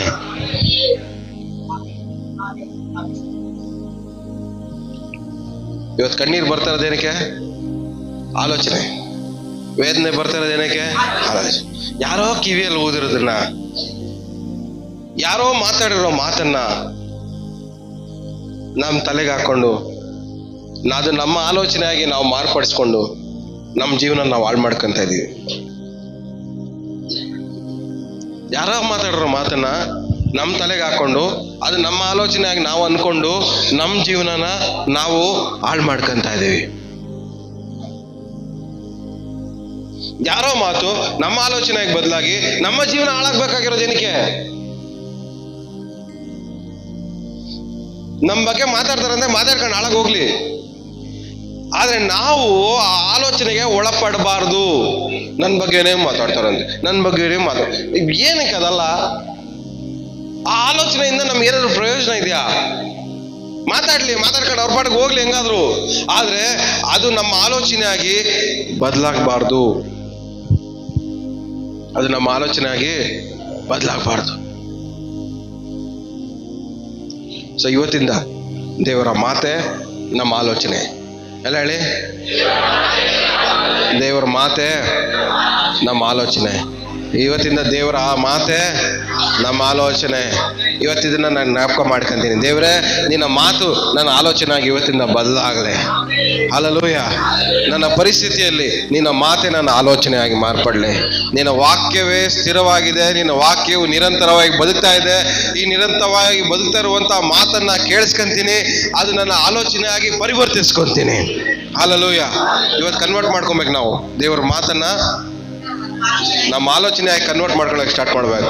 ಯಾರೋ ಮಾತಾಡೋ ಮಾತೆಲ್ಲ ಕನ್ವರ್ಟ್ ಮಾಡ್ಕೊಂಡಿದೀವಿ, ಆದ್ರೆ ದೇವ್ರು ಮಾತಾಡೋ ಮಾತನ್ನ ಆಲೋಚನೆಯಾಗಿ ಬದಲಾಯಿಸ್ಕೊಳಕ್ ಪ್ರಯತ್ನ ಪಟ್ಟಿಲ್ಲ ನಾವು. ಹಲ್ಲೆಲೂಯಾ. ಇರೋ ಜಾಗದಲ್ಲೆಲ್ಲ ನಿಂತ್ಕೊಳ್ಳೋಣ. ನಮ್ಮನೆ ನಾವು ದೇವ್ರಿಗೆ ಒಪ್ಪಿಸ್ಕೊಡೋಣ. ಕೇಳಲ್ಪಟ್ಟ ವಾಕ್ಯಕ್ಕೆ ನಮ್ಮನ್ನೇ ನಾವು ಸಮರ್ಪಿಸೋಣ. ಹಲ್ಲೆಲೂಯಾ.